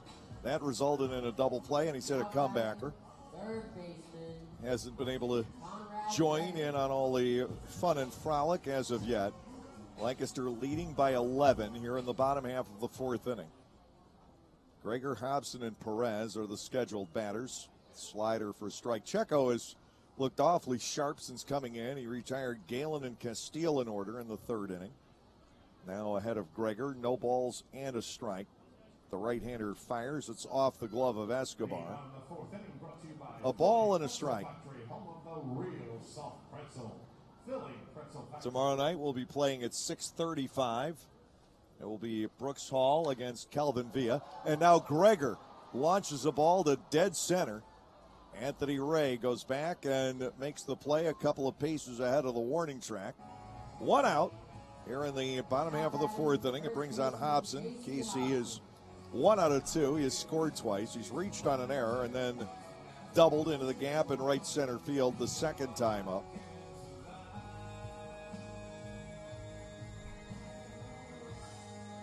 Castile is the only Barnstormer out of all of this with more than one hit in the game. Hobson will dig in. Checo fires outside, a ball, 1-0. You hope this weekend does not go too easily, though, for the Barnstormers. I've seen that backfire. But I've also seen it work. In 2014, the Barnstormers ended the season against the Camden River Sharks, and they rolled up some big wins there. And, of course, went on to win the playoffs and the second championship here in Lancaster. I also saw a year where the Hagerstown Suns just ran roughshod over the Eastern League the last 2 weeks of the regular season and scored 2 runs in a best-of-5 series in the first round of the playoffs, and they lost all 3 games. They got 2 runs on a pair of solo homers by the same guy in game 1. Swinging a foul ball back by Hobson. He goes to 3-2 here. Steven Perez, the shortstop, waits on deck. It's 11-0 Lancaster here in the fourth inning. The Road Warriors, through most of the year, put up a battle. And after all, the Road Warriors, the team that got the Barnstormers here to some extent. Hobson swings and misses. Checo retires his 4th in a row. And here is Perez, who has reached twice and he scored twice. But the only contact he has made was with his foot. He's been hit by a pitch and he's walked.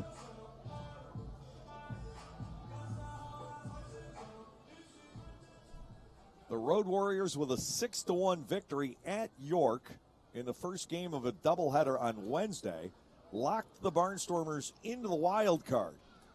And then it took a Sugarland win over Long Island to get the Barnstormers to the playoff berth overall. And, of course, in a season that has been thoroughly bizarre and is worth a book of its own, as Perez takes an offering outside and low to go to 1-1.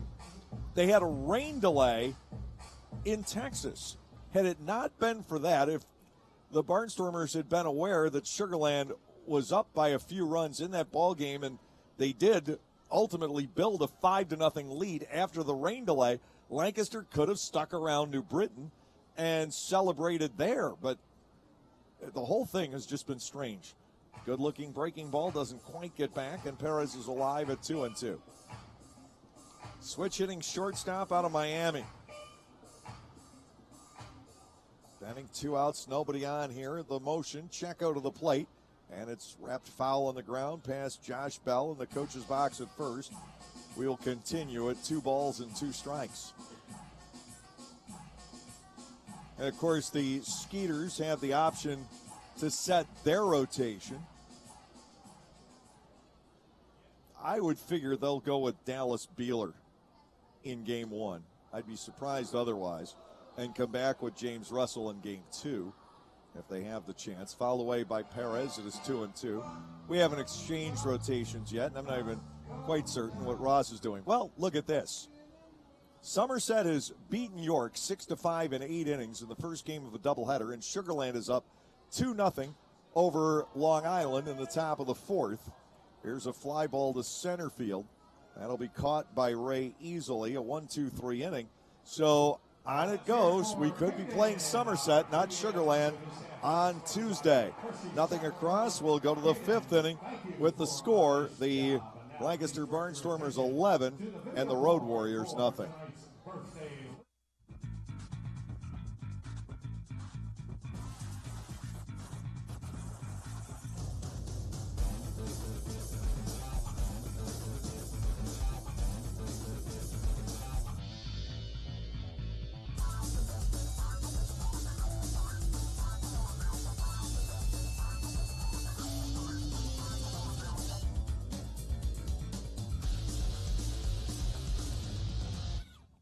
Localflavor.com, local flavor, localflavor.com, local flavor.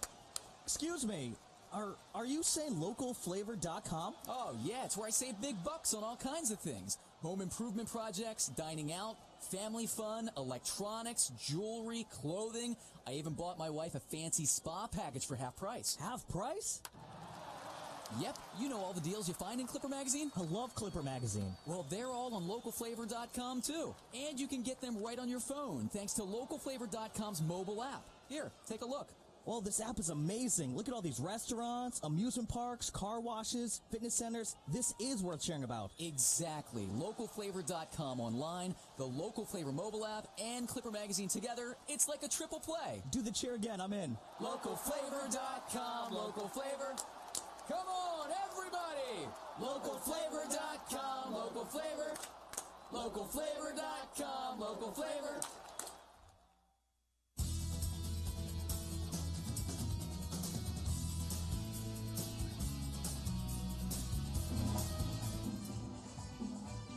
Top half of the 5th inning, and Nate Reed will be facing Jose Julio Ruiz, Geraldo Valentin, and Armindo Escobar. The Barnstormers lefty working with the big lead. He has given up 2 singles, and he has 2 strikeouts. Jose Julio Ruiz has one of those singles. He rolled a single into left against the shift back in the 2nd inning, but Ross isn't entirely giving up on the idea. He does have Perez to the left side of second base. Gregor is nowhere near the line, but he is closer to it than he was the last at bat for Julio Ruiz. Wind up by Reed and the pitch. Down and away to Julio Ruiz. Ball 1 and no strikes. Lefty batting, designated hitter of the Road Warriors. The other game, New Britain leads Southern Maryland 5-1 in the bottom of the 5th inning. Blue Crabs walked off in the opener of that series last night. Ball 2 is low. And Julio Ruiz digging in at 2 balls and no strikes. Nate Reed peering in, getting the sign from De La Rosa. He is outside badly and falls behind Julio Ruiz. 3 balls and no strikes. Nate is working in a hurry. The 3-0 pitch is below the knees and ball 4. So he has walked Julio Ruiz, leading off the 5th inning. Geraldo Valentin steps in. Valentin bounced back to Nate in the 2nd inning, wrapping up that frame.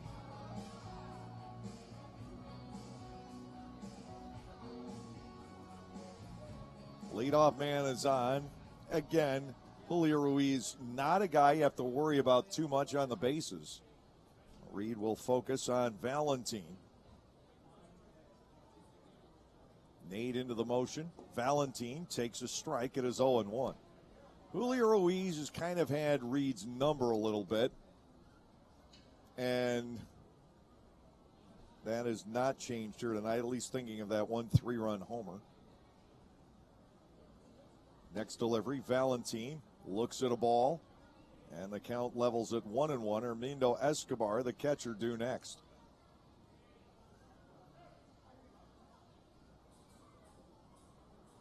Infield set, double play depth, Perez and Bortnick. 1 ball, 1 strike. Reed delivers. That is lashed foul up toward the sky boxes on the first base side. We go to 1-2.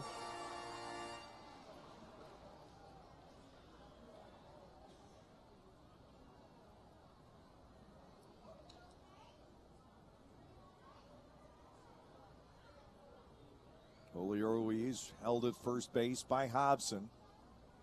Here is the 1-2 delivery. Breaking ball grounded toward the middle. Perez is there. Backhanded feed. Bortnick on to first. A niftily turned double play started by Steven Perez. 2 outs, and Hermindo Escobar will step in. Escobar lined to the center fielder Sanford, leading off the 3rd inning. It looked like that was going to sneak up the middle, and Perez nicely got there.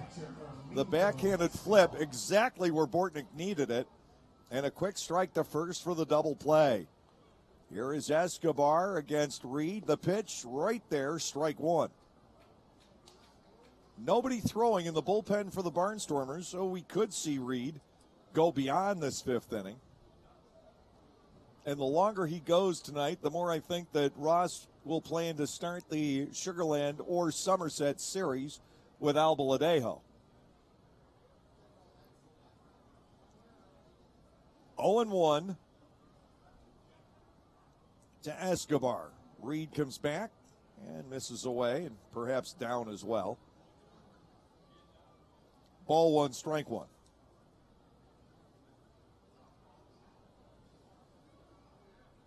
Nate brings home another huge swing by the righty batting catcher. He fouls it back. Reed's ahead 1-2.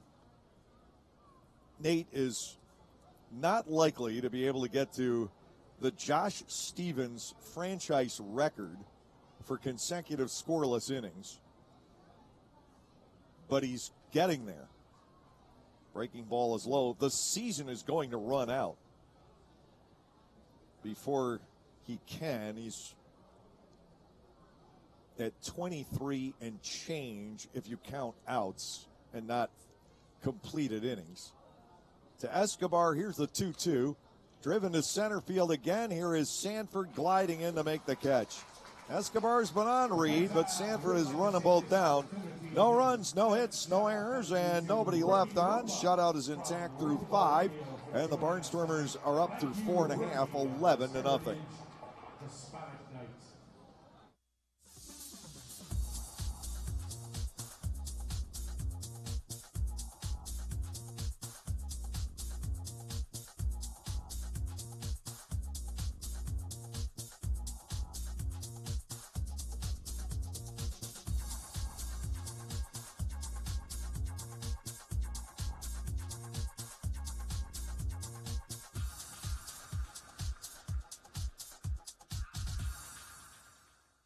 Enjoy weekends with the Barnstormers all season long. Every Friday evening home game will feature a different giveaway ranging from t-shirts to beach towels to backpacks. On Saturdays, enjoy the best entertainment doubleheader there is with Barnstormers baseball followed by fireworks. Sundays are fun days at the ballpark. Get autographs from some of your favorite Barnstormers players and play catch on the field before the game. Once the game is over, it's a Domino's Pizza Kids Base Run. Call 717-509-HITS to order your tickets or go to LancasterBarnstormers.com, and we'll see you at the ballpark. You can measure the sound of the Lexus LC500's naturally aspirated V8 engine and the quickness of its 10-speed transmission. But the only way to truly understand it is to experience it. Discover the feeling of the Lexus high-performance line at the Golden Opportunity Sales Event, with exceptional offers on our most exhilarating models, now until September 4th. See Bobby Rahal Lexus in Mechanicsburg. Click the banner to discover more.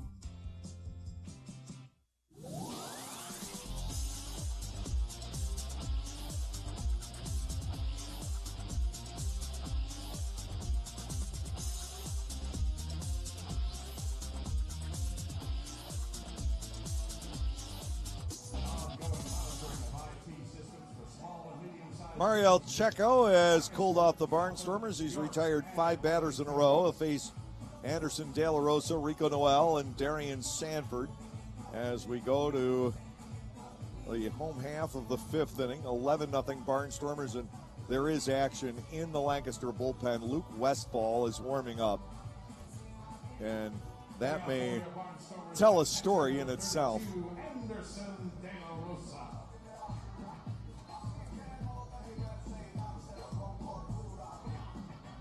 De La Rosa leading off. He is 1 for 2 with a run scored here tonight.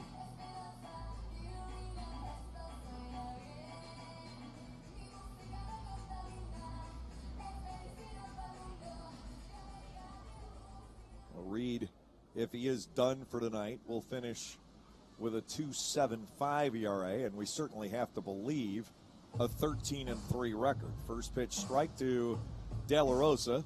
It is 0-1. Barnstormers with 2 in the first, 6 in the second, 3 in the third.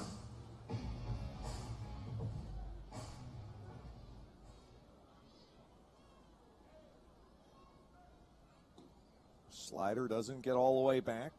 And for De La Rosa, a 1-ball, 1-strike count.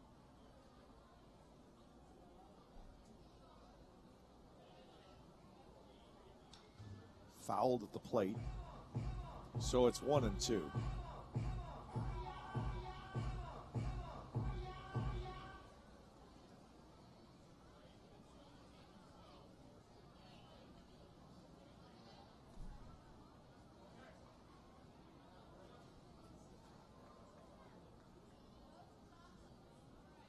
Checo nods, back to work, and his fastball ends up low. 2 balls and 2 strikes.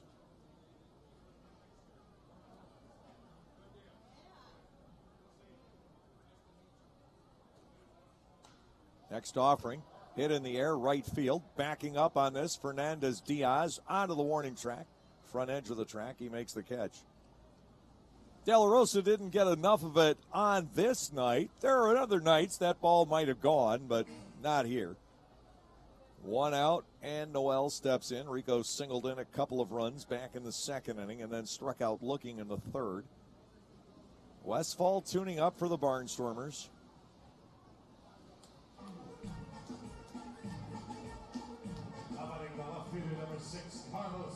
And be tough to argue that Nate Reed isn't Pitcher of the Month for September as well. I think if you win that award 3 times, Pitcher of the Year should automatically be yours. He did stumble a little bit in June and July. Pitched about 500. And his ERA was much higher through that stretch of the season. Hard hit ground ball through a base hit, and that's Carlos Garcia and not Rico Noel. Garcia on board. 1 out here in the 5th inning. Darian Sanford stepping in. Sanford's reached base 3 times already. He has scored 3 runs. He has 2 walks and a single, a couple of stolen bases.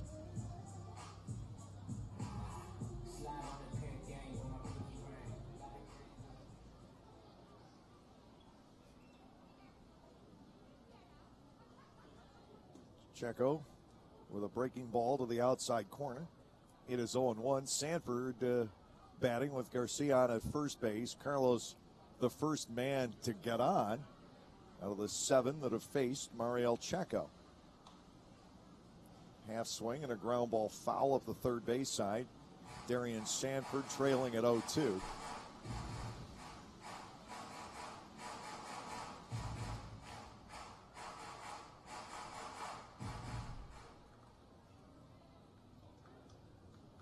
Here is the pitch. Sanford with a ball hammered toward left center field. Racing back on that is Pierre. He can't get to it. The ball falls in. Sprinting to third is Garcia. On its second with a double is Sanford. Pierre raced back, tried to make the catch. Couldn't haul it in. Outfielders play so shallow against Darien that when he hits a ball like that, all of a sudden they have to get on their horses and head back. Tyler Bortnick steps in. He doubled in 2 runs back in the 3rd inning. 2nd and 3rd, 1 out. The infielders are laying back here for the Road Warriors. Lancaster already up 11-0.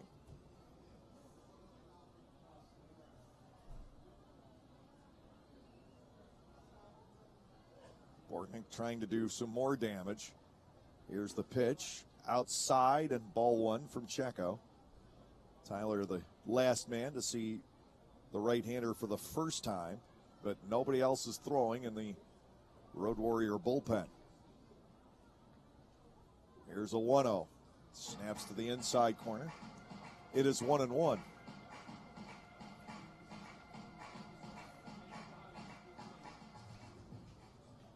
Galen is due next, and he's likely to bat in this half inning.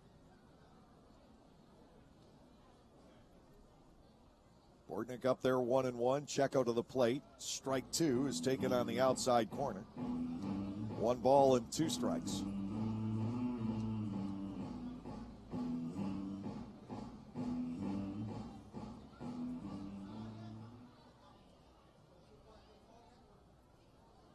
Checo ready to go. 1-2. Fastball up and away. And a 2-2 count. Barnstormers, if Somerset loses once this weekend and the Barnstormers win out, they will have the 2nd best overall record in the Atlantic League this season. 2-2, foul down the right field side, not a play.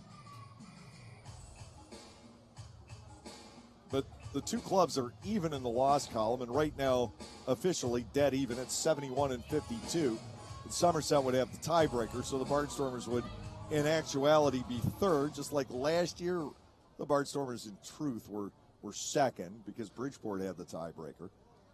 Not that it ultimately mattered at all. 3-2 now on Bortnick.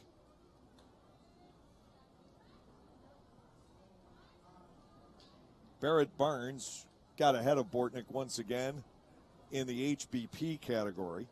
Barnes is up by 1. He got hit while we were listening to the game on the bus the other night. 17-16. Nobody else is close. Here's a 3-2. Bortnick gets a piece, fouls it off.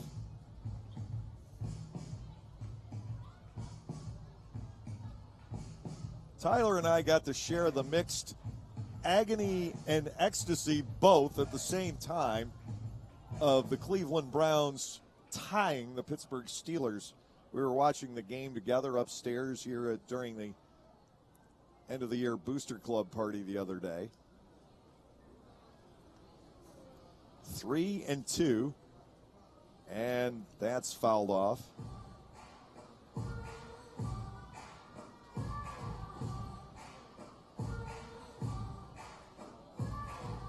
In the Browns world, you didn't know how to take that.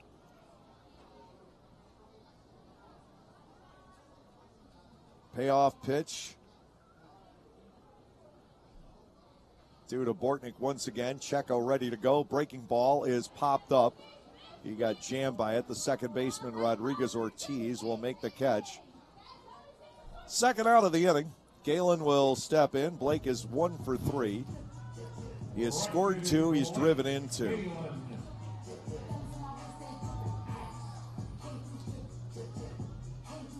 Checo's been solid.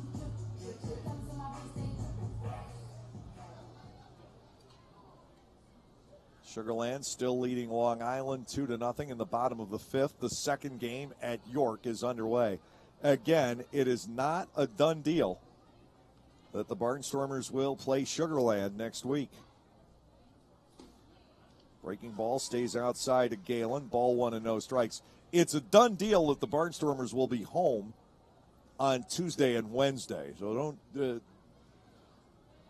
don't mistake that. But it could be Somerset in here and not Sugar Land. Things have to break just right for that to happen. Fastball high and outside to Galen. 2-0.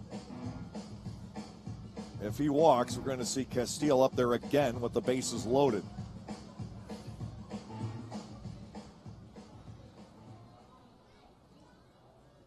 Two and 0 to Galen. Garcia, the runner, at third. Sanford is on at second. To Blake. It's in there for a called strike, 2-1.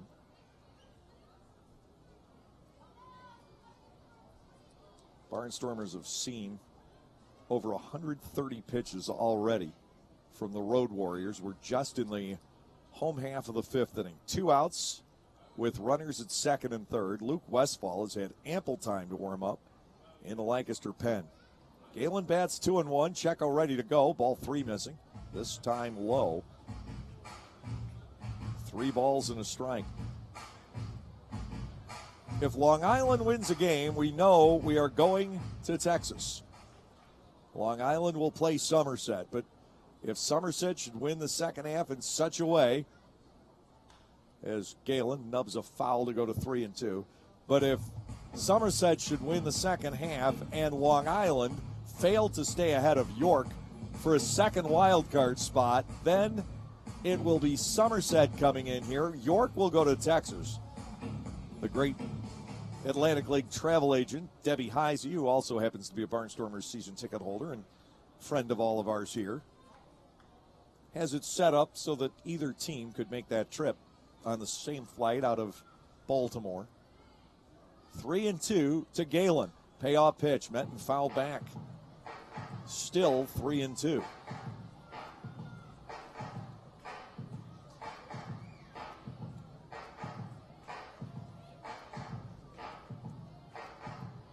York gave up 2 runs in the 6th inning in game 1. They squandered a 5-1 lead. But again, York's better off losing than winning.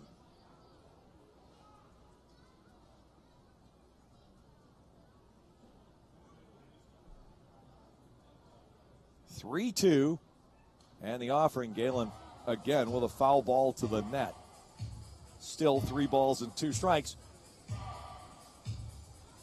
Now, how do the Revs play it?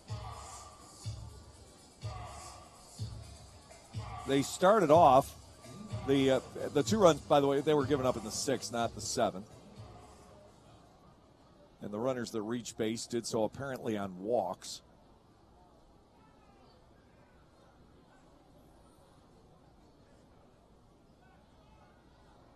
(3-2) to Galen. He spoils another. Continuing count of 3 balls and 2 strikes with Castile waiting on deck.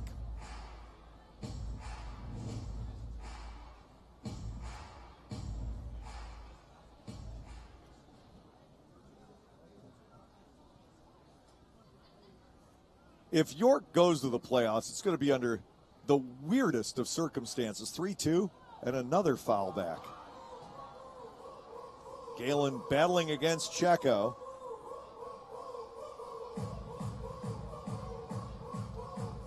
Who is facing his 10th batter. And Checo has averaged about 5.5 pitches per guy at the plate without walking anybody. 3 balls and 2 strikes. Again to Galen. The payoff pitch is dribbled back toward the hill. On it is Checo. He'll throw from the seat of his pants. And the first baseman, Valentin, able to stretch for the ball and get back to the bag. The inning is over. 1-3. No runs, 2 hits, no errors, and 2 left in scoring position. We will go to the 6th inning. Still 11-0 Lancaster. That's redeemable. Your ticket stub within 24 hours. So 3 more runs from a.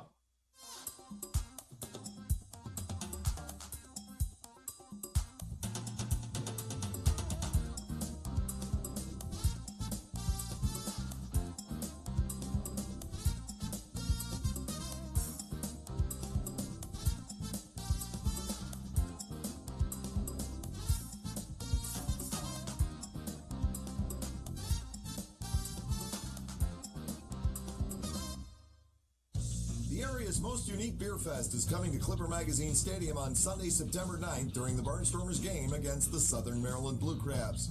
That afternoon, samples from over 20 local breweries will be made available throughout the Wright Field hospitality areas. Souvenir pint and sample glasses and a Broken Bat hat will go to everyone buying a ticket.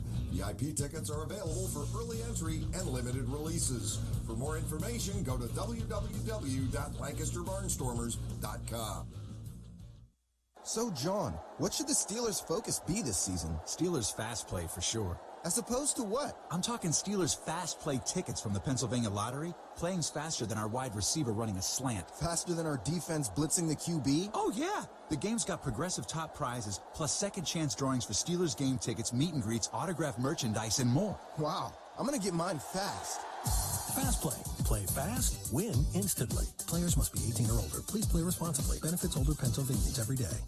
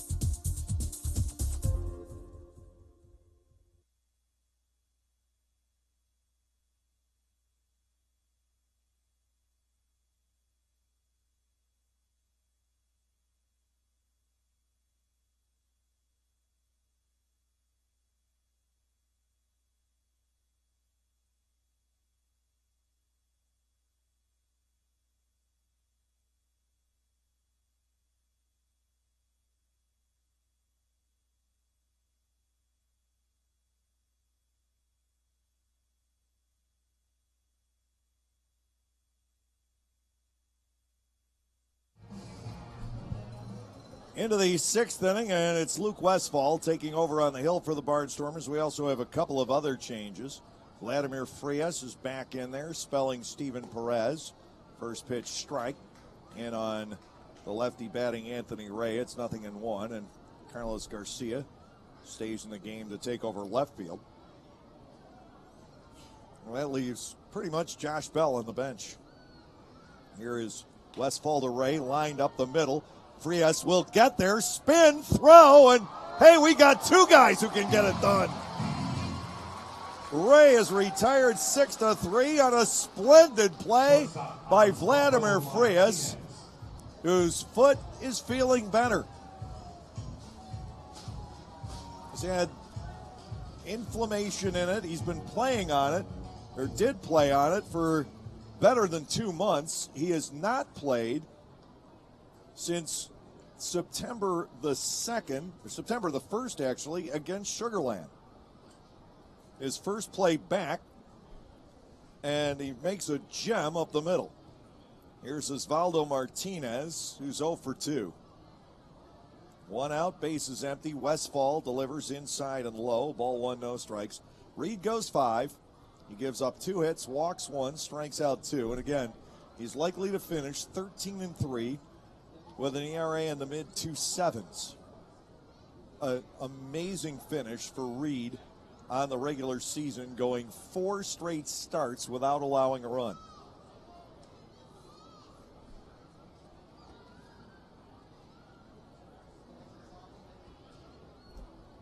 Westfall works 1 ball and no strikes to Martinez. Luke fires into the zone.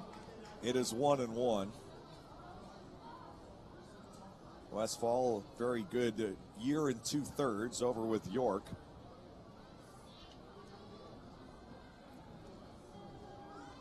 One offering, lob to shallow right field, backing up on this Hobson, the only guy who can get there, and he makes the catch.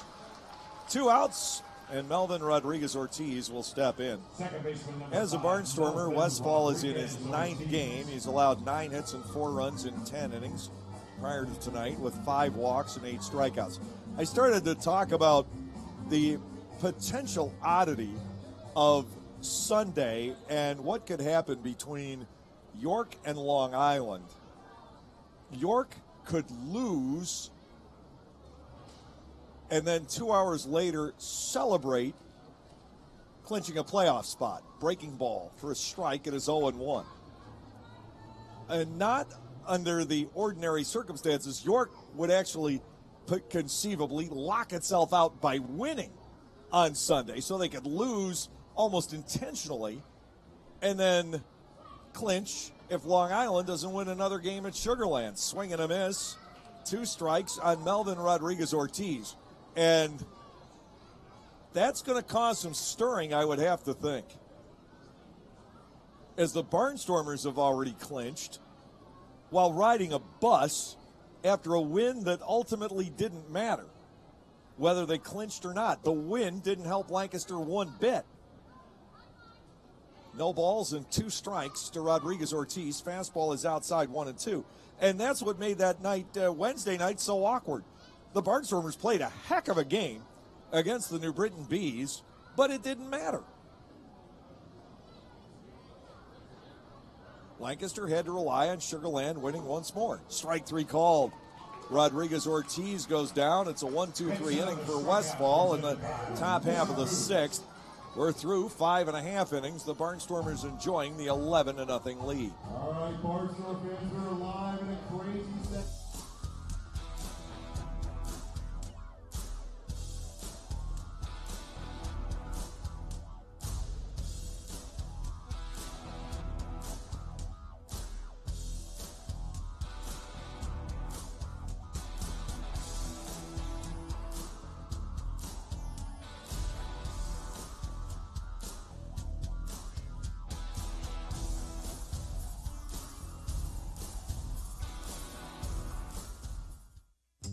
You can measure the exceptional torque of the Lexus LX and the capability of its full-time four-wheel drive.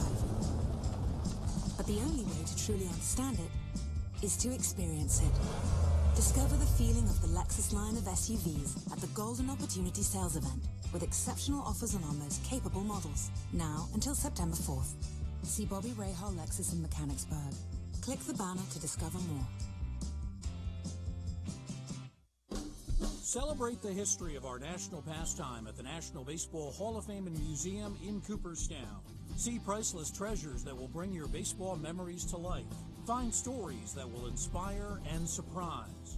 Cooperstown is where you, your family, and your friends can relive baseball's greatest moments and honor the all-time greats of the game. See all that the Hall of Fame and Museum has to offer and plan your family visit today at baseballhall.org.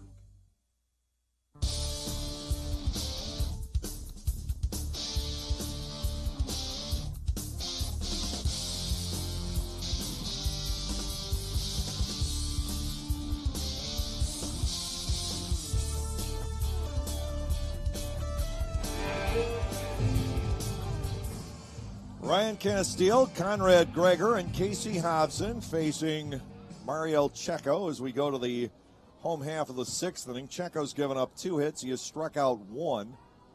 Now to Castile, a strike at the knees. It is 0-1. Ryan's 2 for 3 with a grand slam here tonight. What a nice finish to the season this young man has had. Over at the knees on the slider. Checo has him 0-2. The Barnstormers have not scored off of Checo, who's gone now 2 2/3 innings. He's retired 8 out of 10 batters. He's had to throw a lot of pitches to get there. 0-2 on Castile. The offering is fouled, and that knocked the glove off the left hand of Raimundo Escobar. Still 2 strikes. Checo's 60th pitch, or 59th pitch, rather. Castile checking on Escobar, and Jeremy Bender out. Again, he's going to shrug it off like catchers do, and probably not too many other people could. Escobar, native of Cuba, 27 years of age. Speaking of a place where they love their baseball. 0-2. Sliced foul by Castile down the first baseline, out of the reach of Valentin. Still 0-2 to the Barnstormers' designated hitter. Barnstormers up comfortably, 11-0 here in the bottom of the 6th inning. If a lead is ever comfortable in this ballpark, Castile swings and misses. 1 out here in the 6th inning. That'll bring on Conrad Gregor, who's hit the ball hard twice tonight, has nothing to show for it. 10 hits total for the Barnstormers, including doubles for Bortnick, Sanford, and Hobson, and home runs for Galen and Castile.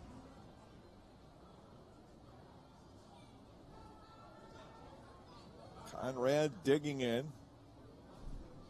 The Checo offering is below the knees. Ball 1-0. Gregor seemed to be a pretty good fit for this ball club.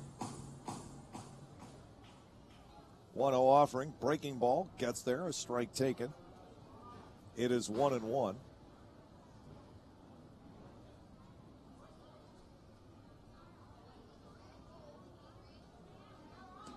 Checo fires well inside, driving Gregor back off the plate. 2 balls and a strike. Conrad played for the Rockland Boulders, which is actually, correct myself, it's actually on the east side of the Hudson River. High drive, right center field. Way back this one goes. Racing over is Ray, and the walls will not contain it. Welcome to Clipper Magazine Stadium, Mr. Gregor. And it's 12-0.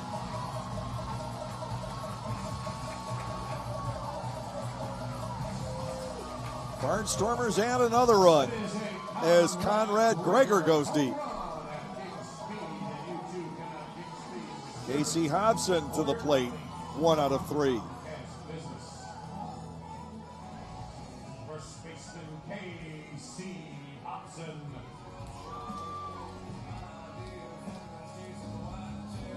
Gregor was picked up just before the deadline to add players on Monday morning. A strike to Hobson. It is 0-1. The shortstop, Steven Perez, due next. 12-0 Barnstormers. Checo ready to go. And to Hobson, it's in the dirt, a ball and a strike.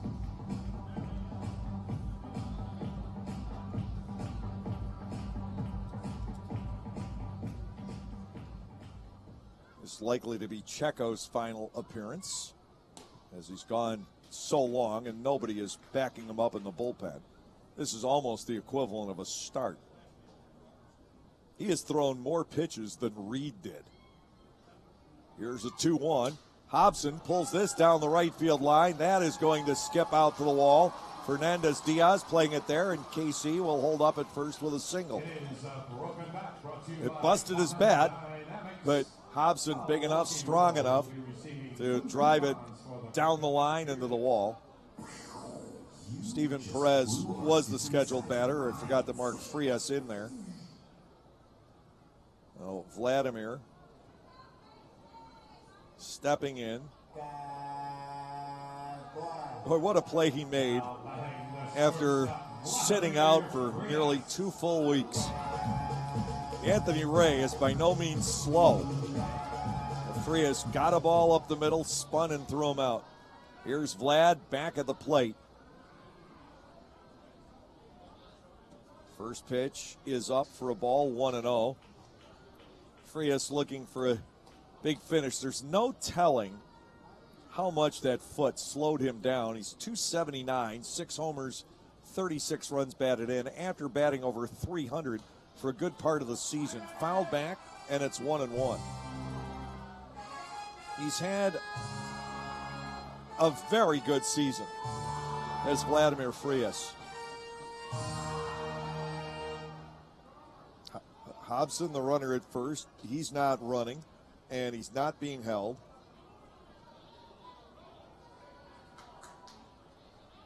Checo to the plate. Vladimir takes ball 2 and gets away from Escobar, but again, Hobson isn't going anywhere. The Barnstormers have a promotion also with Fuddruckers on top of the Fuds 5. There's a Fuds 14. And Lancaster has not scored that many runs at home all year. The only time Lancaster has reached 14 was in York, the 3rd game of the season. Here's a 2-1. Ball 3 is high to Frias. 3 balls and a strike, and there's finally action with another right-hander warming up in the Road Warriors bullpen. And that looks like Raul Rivera. 3-1. Frias swings away and launches it down the right field line. Will it stay fair? That ball is a fair ball and a home run. No, it's caught. I'm sorry, it's caught deep in the right field corner by Fernandez Diaz. That's why I didn't see it leave. He was out of my view. I initially thought DeJesus was signaling home run, waiting for it fair or foul, but it was actually caught deep in the corner by Fernandez Diaz. That close. And here is De La Rosa, who is 1 out of 3. Not a bad swing for Vlad in his first at bat after 2 weeks. Launching it down the right field line, and that is gone. If it stays fair, the wind may have both kept that in play, kept it fair and inside the wall. Swing and a miss by De La Rosa. It's 0-1. It caught right in the corner by Fernandez Diaz.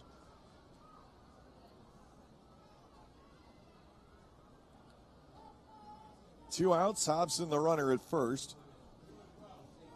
De La Rosa stands in. It is inside a ball, 1-1. Didn't think that ball would stay in. I thought it was going to go foul.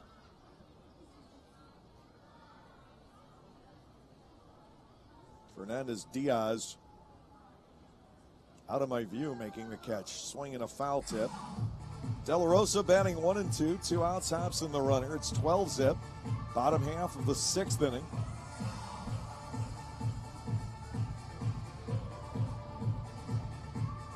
Sugarland still leading the Ducks 2-0 in the bottom of the 6th. Somerset's up 3-0 over York in the top of the 2nd inning. Well, this weekend is going to get very interesting.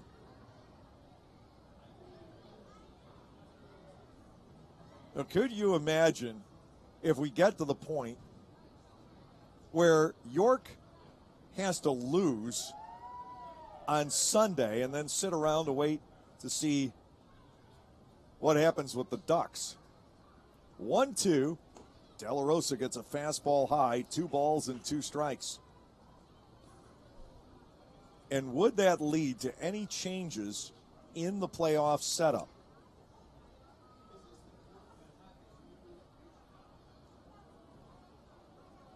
De La Rosa gets ball 3 below the knees, filling out the count.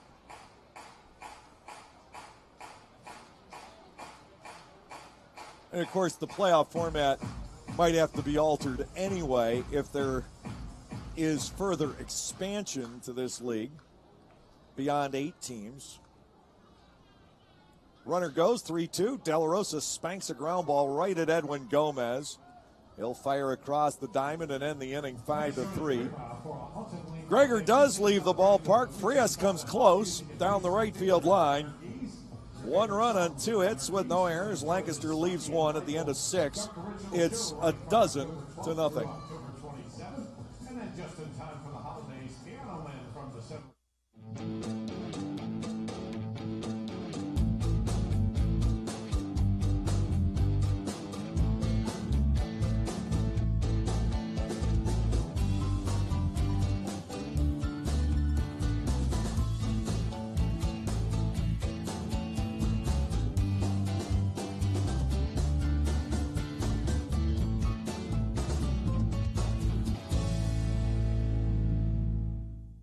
Like craft beers, local wines? Well, the best place to be in Lancaster then is Clipper Magazine Stadium. That's right, all new for 2018 is the Broken Bat deck down the right field line. The Broken Bat will feature more than 20 local craft breweries and product from 2 local wineries. If something with a little more kick is your adult beverage of choice, a local distillery is part of the Broken Bat as well. Food will be sold off a pub-style menu, so get together, hang out with your friends, make some new ones, and enjoy a night of craft beer sampling along with a Barnstormers game. You're totally probably safe to ride on your spare for what, 6, maybe 9 months? Don't trust the wrong advice. Get the right tires at the right price right away. It's what we've been doing at Jack Williams Tire right here in Pennsylvania since our family started this business back in 1929. Because doing things the right way is just the Williams way. Get the right tires right now at jackwilliams.com.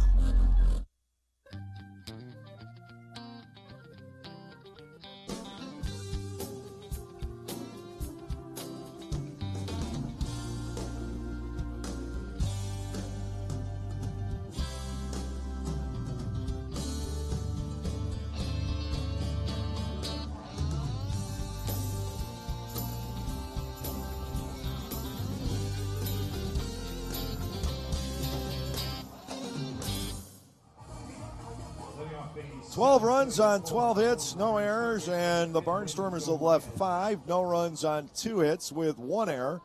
And 2 men left on base for the Road Warriors here tonight. Edwin Gomez, Gustavo Pierre, and Jorge Fernandez Diaz will come to the plate in the top of the 7th inning. The 2nd inning for left-handed reliever Luke Westfall. He retired the side in order last frame, including a strikeout of Rodriguez Ortiz to end it, and a beautiful play turned in by Vladimir Frias. Gomez leading off. The third baseman is 0 for 2. Here's the motion. Westfall to the plate, swing and a miss at a high fastball. It is 0-1. Westfall needed only 9 pitches to retire the side in order last inning.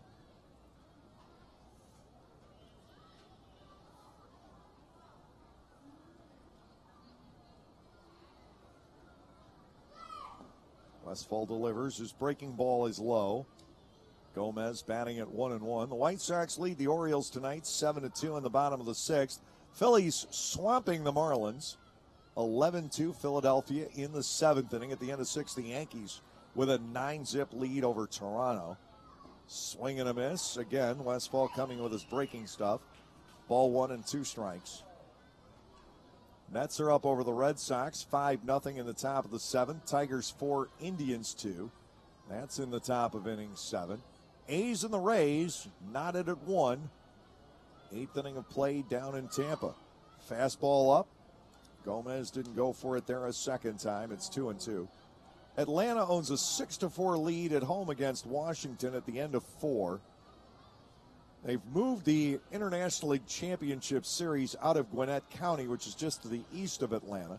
It's all being played in Scranton. Swing and a miss. The high fastball gets him there.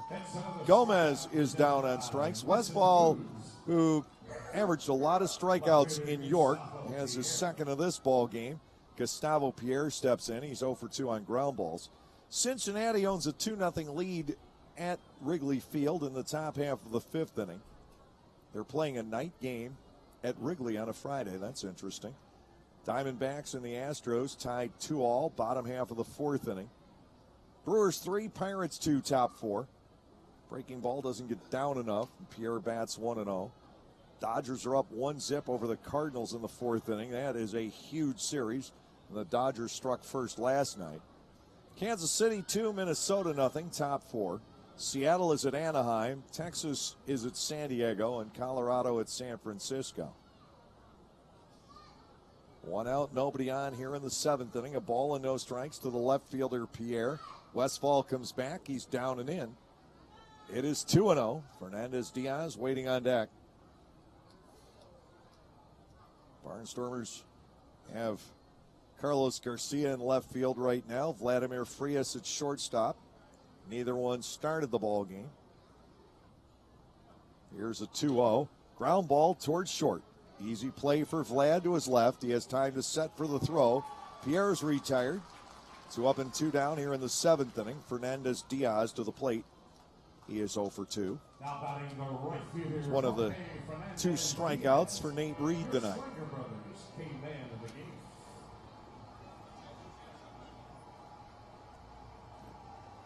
Reed goes his final 23 1/3 innings of the season over 4 starts without allowing a run. And he did it on only 10 hits. He walked 9 and struck out 19. That's quite a finish for the Barnstormers lefty. 3rd all-time leading winner and the all-time strikeout champ as a Barnstormer. Fouled away. 0-1 on Fernandez Diaz. And you talk about guys who are family, and Nate's there. He's been a part of this franchise on and off for 6 seasons. Swing and a miss. Fernandez Diaz appeared late on the decision. It is no balls and 2 strikes. And you certainly have to think right now maybe Nate is the all-time Barnstormers left-handed starting pitcher. In the mix would be, I guess, Zach Parker and Rob Henkel. Check swing. He didn't go. It's ball 1. The pitch bounced ahead of the plate. 1-2 on Fernandez-Diaz.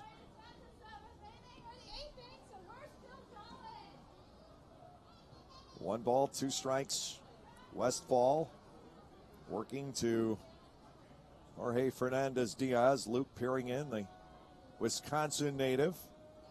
Ready to go to work. Here's the pitch, and this is popped up near second base. Frias signaling that this ball belongs to him. It does. It is a 1-2-3 inning. Nothing across in the top half of the 7th for the Travel Squad. We're at the stretch with the Barnstormers leading 12-0. 7th inning stretch. Y'all know the song. Stand up, stretch them out.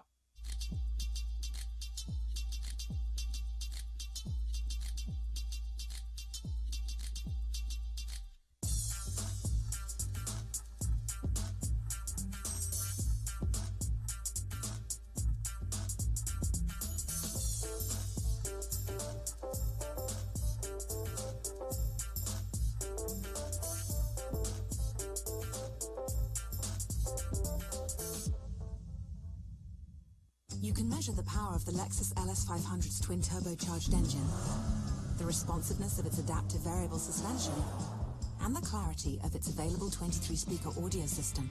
But the only way to truly understand it is to experience it. Discover the feeling only a Lexus can bring at the Golden Opportunity Sales Event, with exceptional offers on our most luxurious models, now until September 4th. See Bobby Rahal Lexus in Mechanicsburg. Click the banner to discover more. So, John, what should the Eagles' focus be this season? Eagles Fast Play for sure. As opposed to what? I'm talking Eagles Fast Play tickets from the Pennsylvania Lottery. Playing's faster than our wide receiver running a slant. Faster than our defense blitzing the QB? Oh, yeah. The game's got progressive top prizes, plus second chance drawings for Eagles game tickets, meet and greets, autographed merchandise, and more. Wow. I'm going to get mine fast. Fast Play. Play fast, win instantly. Players must be 18 or older. Please play responsibly. Benefits older Pennsylvanians every day.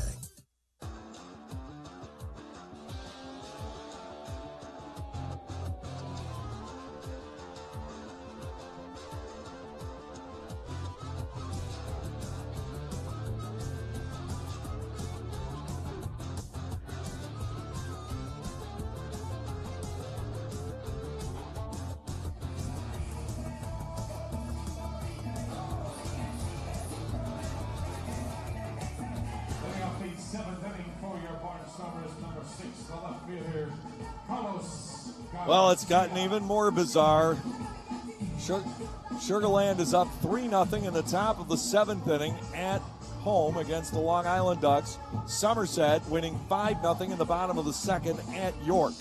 If those scores hold, then the second half in the Liberty division would be tied at 37-24. Somerset would still need to pick up one game over the last 2 days to win the second half, and if it's 1-1 and 0-2 for Long Island, that would put York in the playoffs. A ball is outside to Garcia. It is 1-0 facing Julio DePaula, the player coach for the Road Warriors. Ground ball shortstop. Getting behind it, Martinez. Strong arm, throws out Garcia. We have one out here in the bottom of the 7th inning. 4 hits allowed by Checo in 3 2/3 innings, but just 1 run. He didn't walk anybody, and he struck out 2. DePaula gets Garcia to ground out. Here's Sanford. Darian hasn't been retired. He has 2 walks, a single, a double, 2 stolen bases, 3 runs scored, and a run batted in. Garrett Granite's now warming up in the Lancaster bullpen. Could you imagine, after all of this, York, and it's not out of the question, winning the league championship by losing to get to the playoffs? Strike 1. Sanford with a bouncer. Nice stop made by DePaula. He'll fire to first base. That's 2 outs. Tyler Bortnick will step in. 1 out of 3 with 2 runs batted in. The Barnstormers were almost in that same boat 5 years ago, finishing the season against the first half champions in the Liberty division at that time, the Southern Maryland Blue Crabs were over there, and if Southern Maryland had picked up maybe 3 or 4 more wins in the second half, is guess what? Bortnick's almost hit. It's 1-0, but if they had been 3 or 4 games better off in the second half, the Barnstormers would have been in that same position. They had locked up a second wild card, but they needed one to happen. At Southern Maryland just didn't stay close enough to Long Island, and Bortnick now does get hit. He ties the franchise record. Second Barnstormer to get plunked tonight. The other one was Perez back in the second inning. Here's Galen, who is 1 for 4 with 2 runs scored and 2 runs batted in. He homered back in the first inning to get the Barnstormers on the board initially. Since then, he has bounced into a force out at home, fly to left, and hit another comebacker. So he has left some runners on the table after this game, and this lead got widened. First pitch to Blake is low. Batting with 2 outs, and Bortnick, the runner at first base. Tyler, the first Barnstormer in 11 or 12 years to get hit 17 times. Ball 2 is low on Galen. 2-0, Castile on deck. A 12-0 Lancaster lead, bottom of the 7th inning. We're intensely watching these other games. All Long Island has to do is win one.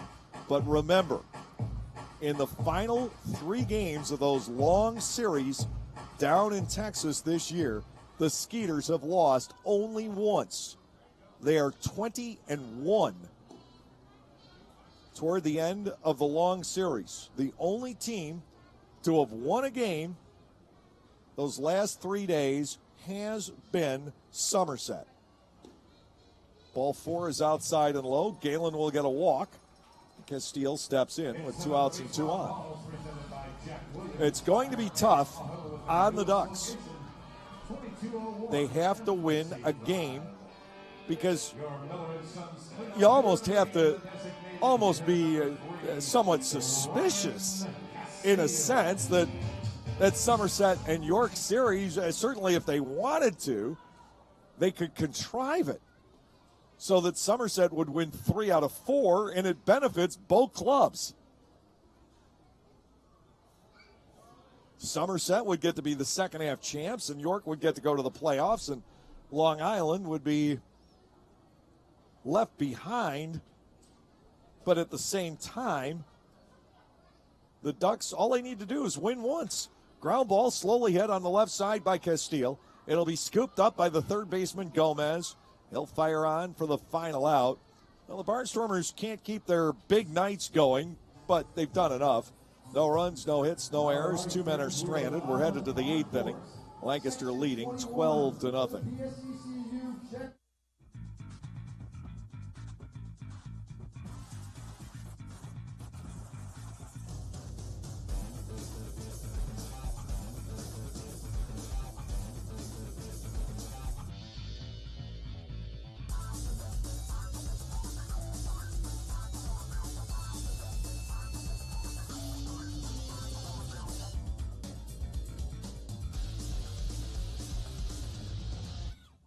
Localflavor.com, local flavor. Localflavor.com, local flavor. Excuse me, are you saying localflavor.com? Oh, yeah, it's where I save big bucks on all kinds of things. Home improvement projects, dining out, family fun, electronics, jewelry, clothing. I even bought my wife a fancy spa package for half price. Half price? Yep, you know all the deals you find in Clipper Magazine. I love Clipper Magazine. Well, they're all on localflavor.com, too. And you can get them right on your phone, thanks to localflavor.com's mobile app. Here, take a look. Well, this app is amazing. Look at all these restaurants, amusement parks, car washes, fitness centers. This is worth sharing about. Exactly. Localflavor.com online, the Local Flavor mobile app, and Clipper Magazine together. It's like a triple play. Do the cheer again. I'm in. Localflavor.com, local flavor. Come on, everybody! Localflavor.com, local flavor. Localflavor.com, local flavor.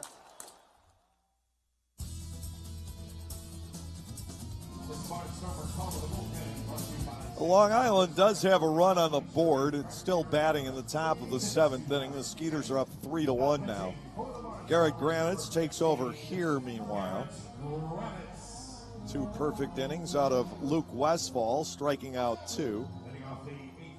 Batter will be the designated hitter, Jorge Julio Ruiz. He was perfect against the starter, Reed, with a single and a walk. The right-handed submariner, Granitz, is on here. 44th game. He is 1-1 with a save. His ERA has jumped to 2.85. New Britain beats Southern Maryland 5-1 tonight. Neither one of those ball clubs headed to the postseason. The Barnstormers officially knocked New Britain out on Tuesday with the 9-3 win in the opener of the series. A ball is low on Julio Ruiz. It is 1-0. It could get really interesting. And we're going to go conceivably swing and a miss. Not necessarily, but it's possible that we could go off the air on Sunday not knowing which team we're going to play in round 1. We'll definitely be home Tuesday and Wednesday. That we do know. 1 ball, 1 strike. Check swing by Julio Ruiz as the offering from Granitz is low. Now 2-1. Another right-hander warming up in the bullpen now for the Road Warriors. DePaula goes an inning. DePaula has tried to close a game. He started a game over the last week. Swing and a foul tip at the plate, 2-2. But it was Alberto Rodriguez who won the game against York that got the Barnstormers into the postseason, or at least into the wild card. It still took Sugar Land's 5-3 win over Long Island the other night. And that game got close by the end. Here's a 2-2. Ground ball toward the middle. A shift was on. Frias to the right side of second base. Fires on. Julio Ruiz retired 6-3. With 1 out, Geraldo Valentin will come to the plate. He is 0 for 2.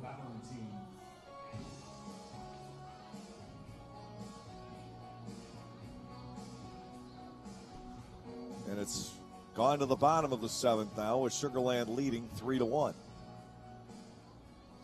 Ducks won last night 4-2 to get to the brink of a playoff spot. But again, the longer those series have gone down at Texas this year, the more they have tilted in favor of the Sugar Land Skeeters. Ground ball off the hands of Valentin. He's thrown out by Bortnick, 2 away. Armindo Escobar, the catcher, will come to the plate. Escobar was wailing away at Nate Reed earlier tonight, about the only guy who was, and Sanford got in his way both times. 2 lineouts to center for Armindo Escobar. 2 outs, nobody on base. Granitz will deliver. That's a strike. It is 0-1. Barnstormers pitchers have yet to throw the ball 100 times in the game, and ultimately they may not. Swing and a miss. Escobar may have hurt himself. It is 0-2. Lurching after it, a back-twisting swing against the Frisbee slider. 0-2. Granitz with the hesitation. The pitch ends up far outside. Ball 1 and 2 strikes. I have Lancaster having thrown, to this point, 89 pitches. 1-2. Granitz will deliver, and that is a fair ball out ahead of the plate. And tagged out is Escobar by De La Rosa. Granitz throws a 1-2-3 inning on the ground, nothing across. Bottom of the 8th coming up, and it's 12-0 Lancaster.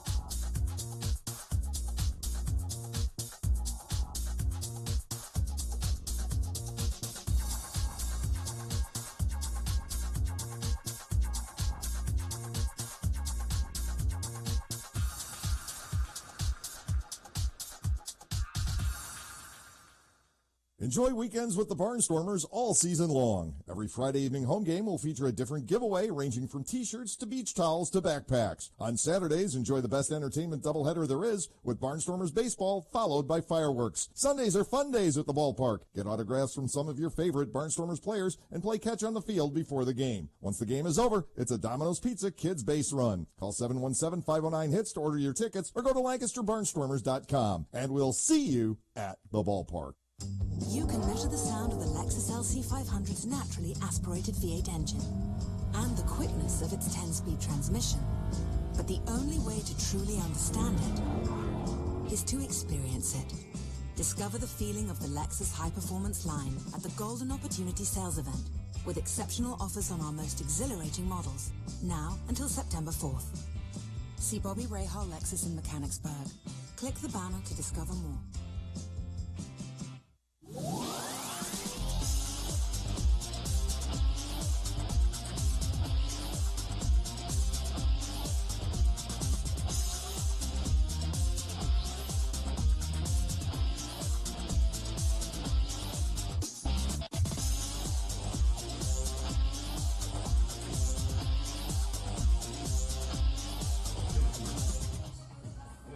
Andrew Johnston is going to work the bottom of the 8th for the Road Warriors. Gregor, Hobson, and Frias are the scheduled hitters. Johnston 3-3 with a 4.6 earned run average. 12 saves. He's in his 42nd ball game. Conrad Gregor with a home run his last time up. He's hit safely in all 3 games since joining the Barnstormers. Somerset's lead at York is now 6-0 in the top half of the 3rd inning. The Long Island Ducks folks have to be getting a little bit restless. That's torched foul down the right field side by Gregor. He has somewhat of an odd swing, and it's tough to describe, but he's got pretty good bat speed and hits the ball hard in all directions. Down a strike here against Johnston. Here's the pitch, lined out the right field and in for a base hit in front of Hernandez Diaz. Ross had talked to a number of people, and they all told him that Conrad Gregor can just flat out hit. And we've seen it. Casey Hobson to the plate. Hobson is 2 out of 4. He has scored 2 runs. Like I said, Casey's finish has been pretty solid. He's batting .333 for his last 75 at bats. The average steadily on the rise. Gregor's not being held. Johnston to Hobson. That ball is hit to left center field. Sprinting over on it is Pierre, and Gustavo there to make the catch. 1 out here in the bottom of the 8th, bringing on Frias, who flied out to the foul pole back in the 6th inning. I cannot see the base of the foul pole, so I asked Joey Greer, who's scoring tonight, one booth to my left. He can, and he told me that Fernandez Diaz was pressed right up against the pole. And when Freddie DeJesus signaled caught, it had me a little bit baffled. I thought it was just a question of fair or foul, not a question of whether that ball was going to stay in. To Frias here, a strike from Johnston. It is 0-1. 13 hits for the Barnstormers tonight, including the 3 home runs. Vlad awaits the 0-1. Johnston brings it home, and this is lofted to center field. Racing in is Ray. He'll be there. It's out number 2. Bringing on De La Rosa, who is 1 out of 4. Barnstormers were at the plate an awfully long time, their first 3 innings. And since then, this game has gone into autopilot. Players swinging early in the counts. The Barnstormers have had a long week, even with the off day yesterday. The first 3 days of this week were just a killer. And they would just as soon not have really long games this weekend, getting tuned up for the playoffs. The Road Warriors playing out the string. Ground ball down the line at third. That is fair. Past Gomez. Chugging toward third is Gregor. De La Rosa is going to dash for second. And Anderson is in with his 15th double of the year. Carlos Garcia coming to the plate. Runners are at second and third with 2 outs. Carlos Garcia.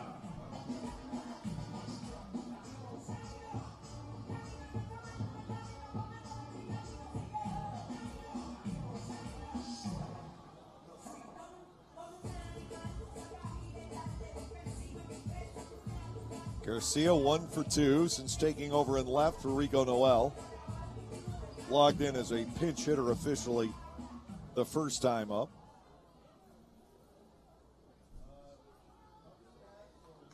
Frias is 0 for 2, hitting the ball in the air both times. Garcia trying to put another run or 2 on the board here. Second and third, 2 gone. And Carlos swings away and fouls that off of Escobar. I'll tell you what, Hermindo Escobar is going to feel tonight for a few days. I mean, he's taking some shots back there. Lancaster shut off the running game once it got to be 8-0. Barnstormers stole 4, so they're now 11 away from the league record. But in order to do it, they're probably going to have to play in some closer, maybe high-scoring games for the next couple of days. 1 strike to Garcia. Next delivery, rifled, and a fair ball past Valentin into the corner. Gregor scores. De La Rosa comes home. There's your 14 runs. It's 14-0 on a 2-run double by Carlos Garcia.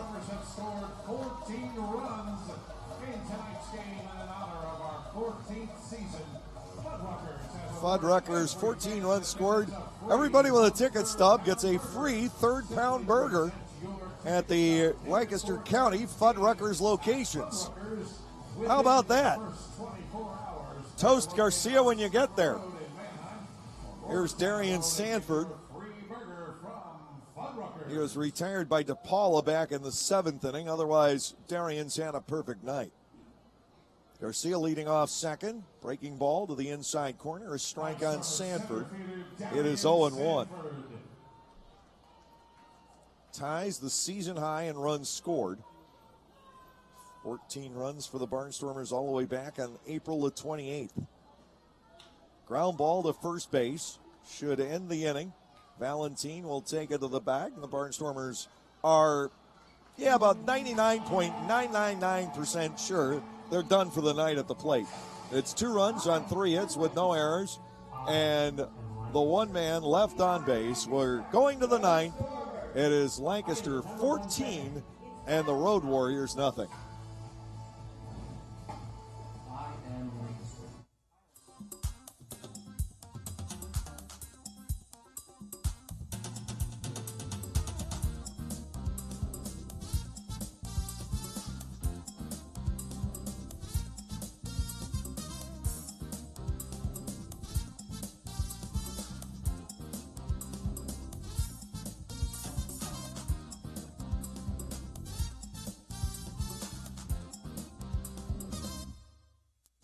The area's most unique beer fest is coming to Clipper Magazine Stadium on Sunday, September 9th during the Barnstormers game against the Southern Maryland Blue Crabs. That afternoon, samples from over 20 local breweries will be made available throughout the right field hospitality areas. Souvenir pint and sample glasses and a Broken Bat hat will go to everyone buying a ticket. VIP tickets are available for early entry and limited releases. For more information, go to www.lancasterbarnstormers.com. So, John, what should the Steelers' focus be this season? Steelers fast play for sure. As opposed to what? I'm talking Steelers fast play tickets from the Pennsylvania Lottery. Playing's faster than our wide receiver running a slant. Faster than our defense blitzing the QB? Oh, yeah. The game's got progressive top prizes, plus second chance drawings for Steelers game tickets, meet and greets, autographed merchandise, and more. Wow. I'm going to get mine fast. Fast play. Play fast, win instantly. Players must be 18 or older. Please play responsibly. Benefits older Pennsylvanians every day.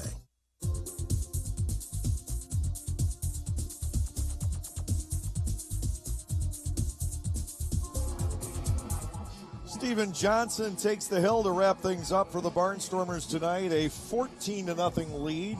Nate Reed, Luke Westfall, Garrett Granitz combining on a two-hit shutout to this point. Anthony Ray will be leading off against Johnson. Ray robbed of a base hit by Vladimir Frias back in the 6th inning. Now, Perez has done a very commendable job. He's a heck of a player, but it is somewhat reassuring to see Vladimir back out there. And talk about depth. Here is Ray. He's 0 for 2 on ground balls with Frias making the stellar play up the middle back in the 6th inning. 11 in a row have been retired by the Barnstormers pitching staff since Jose Julio Ruiz led off the 5th inning with a 4-pitch walk against Nate Reed. Johnson is outside for a ball. It is 1-0. Steven, the Barnstormers' 7th starter through the series of doubleheaders. A ball is low, 2-0. He is 3-0 with a 2.88 earned run average on the season. His work as a starter likely to be done for now, because there are no doubleheaders, at least there aren't supposed to be, in the playoffs. Called strike, it's 2-1. We could run into a strange situation with Sugar Land and Hurricane Florence, the tail end of it. 2-1 pitch, fastball by him, a swing and a miss. It is 2-2. That could affect some things on Tuesday, but that's down the road. Florence it's really bad. Maybe not quite as bad as it had the potential to be, as the storm, the winds anyway, did calm down before it made landfall, not as a Category 4, but as a Category 1. But once the storm is up to Category 4, it is massive, and it has picked up a lot of water. The storm surge had to be devastating down there. 3-2, up and away. Ray draws a leadoff walk here in the 9th inning. That'll bring on Osvaldo Martinez, who is 0 for 3. Nate Reed allowed the leadoff man to reach base twice in the 4th inning and again in the 5th.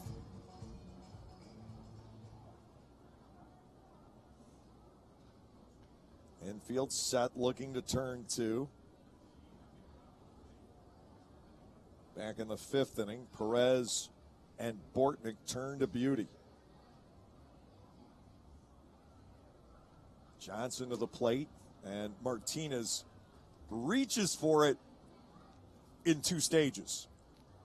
He took a half swing, was like, I'm going to get rung up on this one. I might as well go the whole way. No balls and a strike on the right-handed batting shortstop. Through a large portion of the season, he was hitting in the 2 teens or so, 2 teens, 220s. He's climbed into the 250s. No balls and 1 strike.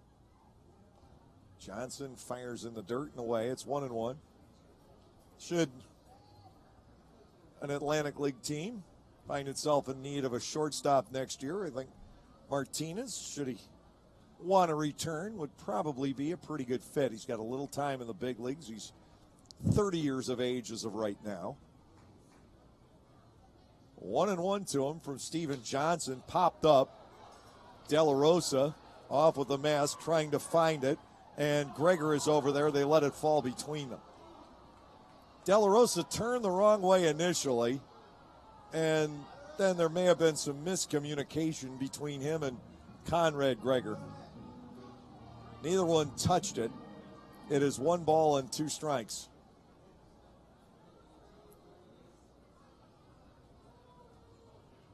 You hope that doesn't lead to something bad for Steven Johnson. De La Rosa had a hard time picking it up, and then he went for it and didn't get there. Gregor pulled up short. He might have had the chance to make the play. 1-2, fouled off down the right field side, and the count holds on Osvaldo Martinez. 3 outs left to get for the Barnstormers here tonight, closing in on win number 72 for the year.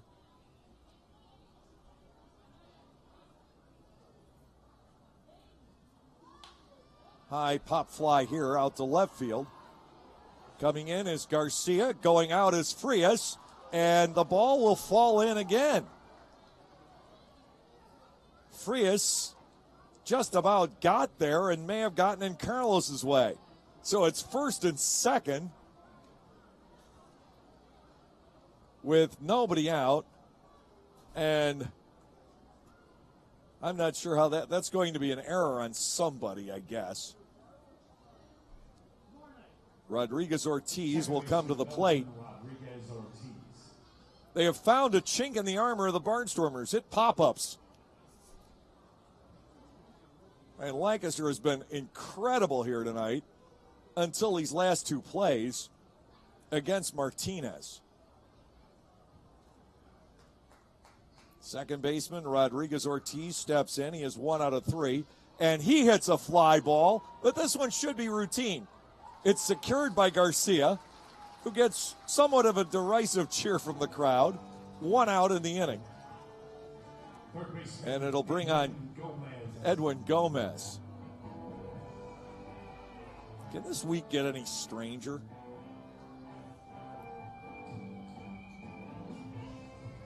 They're calling that an error on Vladimir, and, well, I don't know. Frias had a really tough play on that.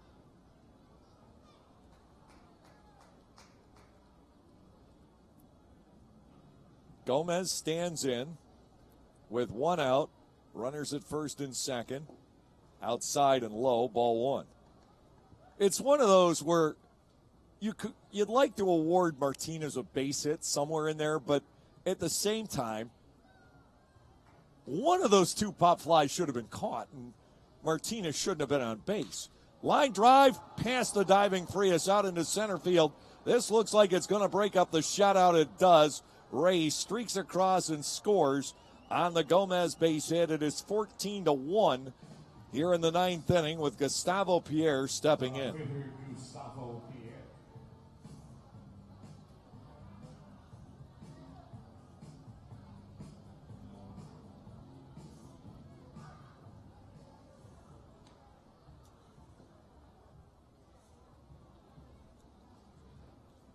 Pierre is 0 for 3 on ground balls. Still 2 outs left to get. The tying run, by the way, is Fernandez Diaz, as there's a ground ball towards short, could end the game. Frias, Bortnick, and on to KC. That'll do it. I was going to say the tying run was on deck the next time through, but the Barnstormers finish it off on the DP. It is a run on a hit, an error, and there was 1 man left on base. We'll be back with the line totals on tonight's ball game in a moment. Our final score, Lancaster 14 and the Road Warriors 1.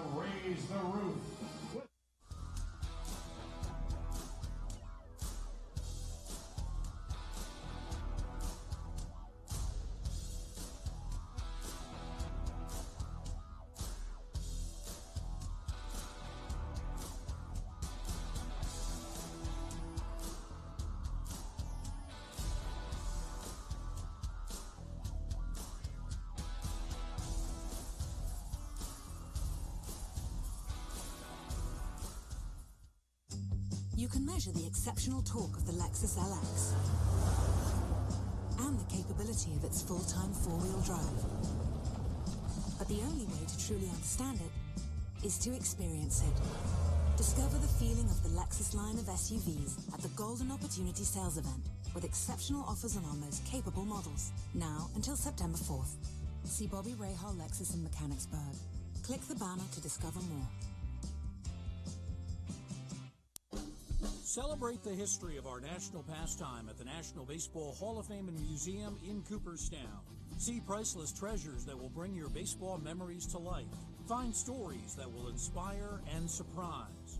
Cooperstown is where you, your family, and your friends can relive baseball's greatest moments and honor the all-time greats of the game.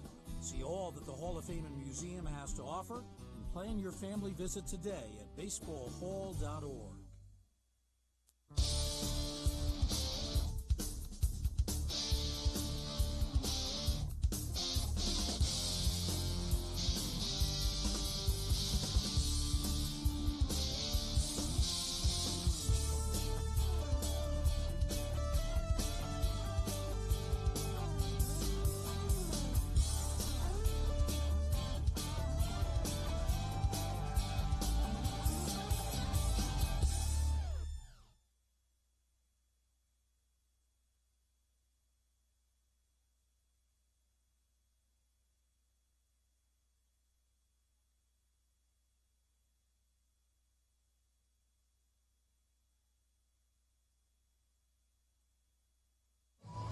Welcome back from Clipper Magazine Stadium as the Barnstormers in a tune-up for Tuesday's Game 1 of the Division Series. Win big over the Road Warriors tonight. Our final score 14-1, 14 runs, 15 hits, 1 error, and 8 left for Lancaster. 1 run, 3 hits, an error, and 3 left for the Road Warriors. The win to Nate Reed. He is 13-3, his 4th straight start in which he has pitched shutout baseball. That has covered 23 and a third innings, and figuring his regular season has ended, Reed 13-3 with an ERA in the mid 2.7s. Is that going to make him the Atlantic League Pitcher of the Year? He's going to win it. He won it in May. Pitcher of the Month. He won Pitcher of the Month in August. He's got to be almost a lock for Pitcher of the Month in September, and a 3-time Pitcher of the Month award winner probably is going to be Pitcher of the Year in the Atlantic League. What a season for the left-hander from the Reading area, Nate Reed, 13-3. Felix Baez with the loss. He is 3-12. Home runs tonight. Blake Galen is league-leading 26th of the year. A 2-run shot in the first inning. Ryan Castile, a grand slam in the second. And Conrad Gregor, the newcomer, with a solo shot in the 6th inning, his first home run as a Barnstormer. 2 hours, 53 minutes, the time of our game. Crowd tonight announced at 4,751 on Hispanic Heritage Night here at Clipper Magazine Stadium. A fun night this has been. 14-1 Barnstormers. They win their 72nd of the season. They can't quite get to a 600 winning percentage, but should the Barnstormers pull off the sweep this weekend, Ross Peoples in just 2 seasons would have 150 wins as the Barnstormers manager. We'll be back with the wrap-up show coming your way next here on the Lancaster Barnstormers YouTube channel.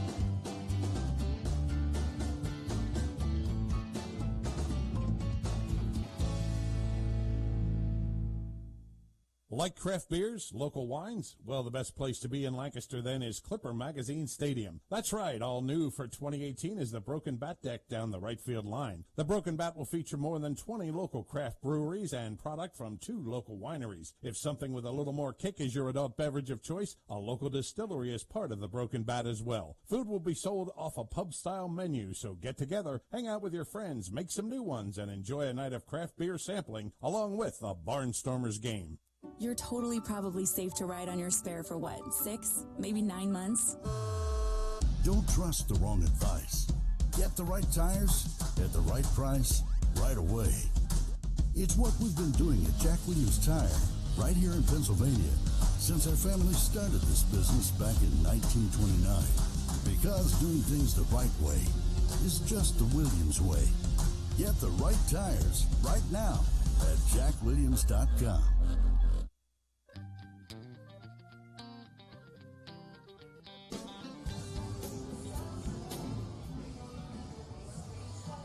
The Barnstormers win 14-1 tonight. It all got underway in the first inning with Darian Sanford at third and one out. Blake Galen crunched his 26th home run of the year. RBIs number 87 and 88. And then in the very next inning, Casey Hobson reached on a throwing error to get the inning started. Steven Perez was hit by a pitch. The runners moved up on a wild pitch. Enrico Noel singled them both home. Sanford walked after Noel had stolen both second and third, and then Darian stole second. Tyler Bortnick walked to load the bases. Blake Galen was set up for a big night. He couldn't take advantage of it. He bounced back to the hill, and a force out at the plate was the result. So Ryan Castile decided to take advantage of the opportunity, and he walloped a grand slam, his 16th home run of the year, his second slam. And the Barnstormers at that point were up 8-0. They would continue to strike. 3 runs coming across the plate in the third. One on a bases-loaded walk to Darian Sanford. Tyler Bortnick doubled home 2 more. Lancaster really didn't do that much against the Road Warriors bullpen. In the 6th inning, Conrad Gregor launched a home run to the backyard by Andy Bailey's to make it 12-0. And Carlos Garcia doubled home a pair of runs in the bottom of the 8th for the 14-0 lead. An RBI single by Edwin Gomez into center field tainted the victory by a small amount. It broke up the shutout in the top half of the 9th inning. The Barnstormers victorious this evening by the final score of 14-1 here at Clipper Magazine Stadium. We have 2 more regular season games to go. Our final fireworks of the 2018 regular season coming up tomorrow night. And then Sunday is one of my favorite days of the year, even though it's a bittersweet day often, as it would be the final day of the season, and that is the Fan Appreciation Day and the team poster giveaway. That the Barnstormers continue on their roll, 14-1 here tonight. Elsewhere in the Atlantic League, the Ducks are almost done tonight. They're trailing the Sugar Land Skeeters 3-1. Somerset took the opener in 8 innings, 6-5. The Patriots lead game 2 by a score of 6-0. The Sugar Land and Somerset, the first half winners, are in. The Barnstormers are in as a wild card team. Now the question is, will Somerset pass Long Island? And the key is they have to pass Long Island to win the second half. Now, we talked about how York would automatically have been the second half winner by a league rule. That's not the case with the Somerset and Long Island. It is, but Long Island actually had earned the tiebreaker, so they would be there anyway. So the Somerset Patriots must pass the Long Island Ducks. As it looks, they're going to come out of tonight tied for first place. So what that does is it means that Somerset could pass the Long Island Ducks by winning 2 and Long Island going 1-1 or 0-2. But if that happens, York cannot catch Long Island for the wild card spot. So the only way still for York to make it to the playoffs would be to split those last 2 games against the Patriots, assuming Somerset wins game 2 tonight, and have Long Island drop both to the Sugar Land Skeeters over the weekend, and then York becomes a second wild card team. Somerset and Sugar Land would both be double winners, and that changes the playoff picture because Sugar Land would be the double winner with the best record. They would take on the wild card team with the poorer record. So Sugar Land would play York, and then Somerset would end up playing the Barnstormers. So it very well could be the Patriots coming in here and not the Sugar Land Skeeters once we get to Tuesday. It's all very interesting. Stay tuned. And meanwhile, Long Island has just ended. They hit into a force play. Sugar Land winning tonight 3-1. And with that, the York Revolution still alive with a chance to repeat as Atlantic League champions in 2018. It's almost a bizarre way they would find the ultimate way to come in the back door and make it to the playoffs if this all develops. Meanwhile, in Major League Baseball tonight, the White Sox lead the Orioles now 8-6 in the eighth inning. The Phillies have crushed the Marlins. 14-2 was the final score in Philadelphia. The Yankees winning 11-0 over the Blue Jays in the top of the ninth. The New York Mets have shut out the Boston Red Sox this evening, 8-0. The Detroit Tigers with a 5-3 lead in the bottom of the ninth against the Cleveland Indians. The Indians do have the tying runs on base. They're in the bottom half of the 10th in Tampa Bay. Oakland has taken a 2-1 lead over the Rays. The Atlanta Braves lead the Washington Nationals 7-4 at the end of 6. Cincinnati owns a 2-0 lead over the Cubs in the bottom of the 7th. The Diamondbacks and the Astros remain tied. It is 2-2 in the bottom of the 6th inning. Milwaukee is up 4-3 over Pittsburgh in the bottom of the 5th. The Dodgers continue to lead the Cardinals in the 7th inning by a score of 1-0. Minnesota's up 3-2 at Kansas City in the 6th. Seattle and the Angels have just gotten started. They're awaiting the first pitch in both San Diego, where the Padres host the Texas Rangers, and at San Francisco, where the Giants are entertaining the Colorado Rockies. The Barnstormers have just 2 games left in the 2018 regular season. They are in the playoffs. Tonight, a big 14-1 win over the Road Warriors, tying the Barnstormers' season high in runs scored.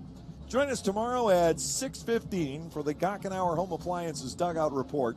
The play-by-play action will follow as the Barnstormers continue this series against the Road Warriors. Until then, for our PR assistant, Joey Greer, and for Andrew Mossbrooks, who was actually doing his own demo tape tonight. Instead of sitting in here, he has been under the weather and didn't want to risk getting me sick, but Andrew's done, I think, a magnificent job filling in the 5th inning for me on the home games this year. He's a young man with a tremendous amount of talent. He just got a job with the Philadelphia Flyers. He is going to be able to sit in here, he thinks, for the home games on Tuesday and Wednesday after working a Flyers exhibition game tomorrow. So he's got a long week ahead, splitting time. He did work for the Lehigh Valley Phantoms, as you know, before jumping in and helping us out here this summer. And also for all the cast and crew here at Clipper Magazine Stadium, I'm Dave Collins. Have a great evening, everyone, and we'll see you at the ballpark.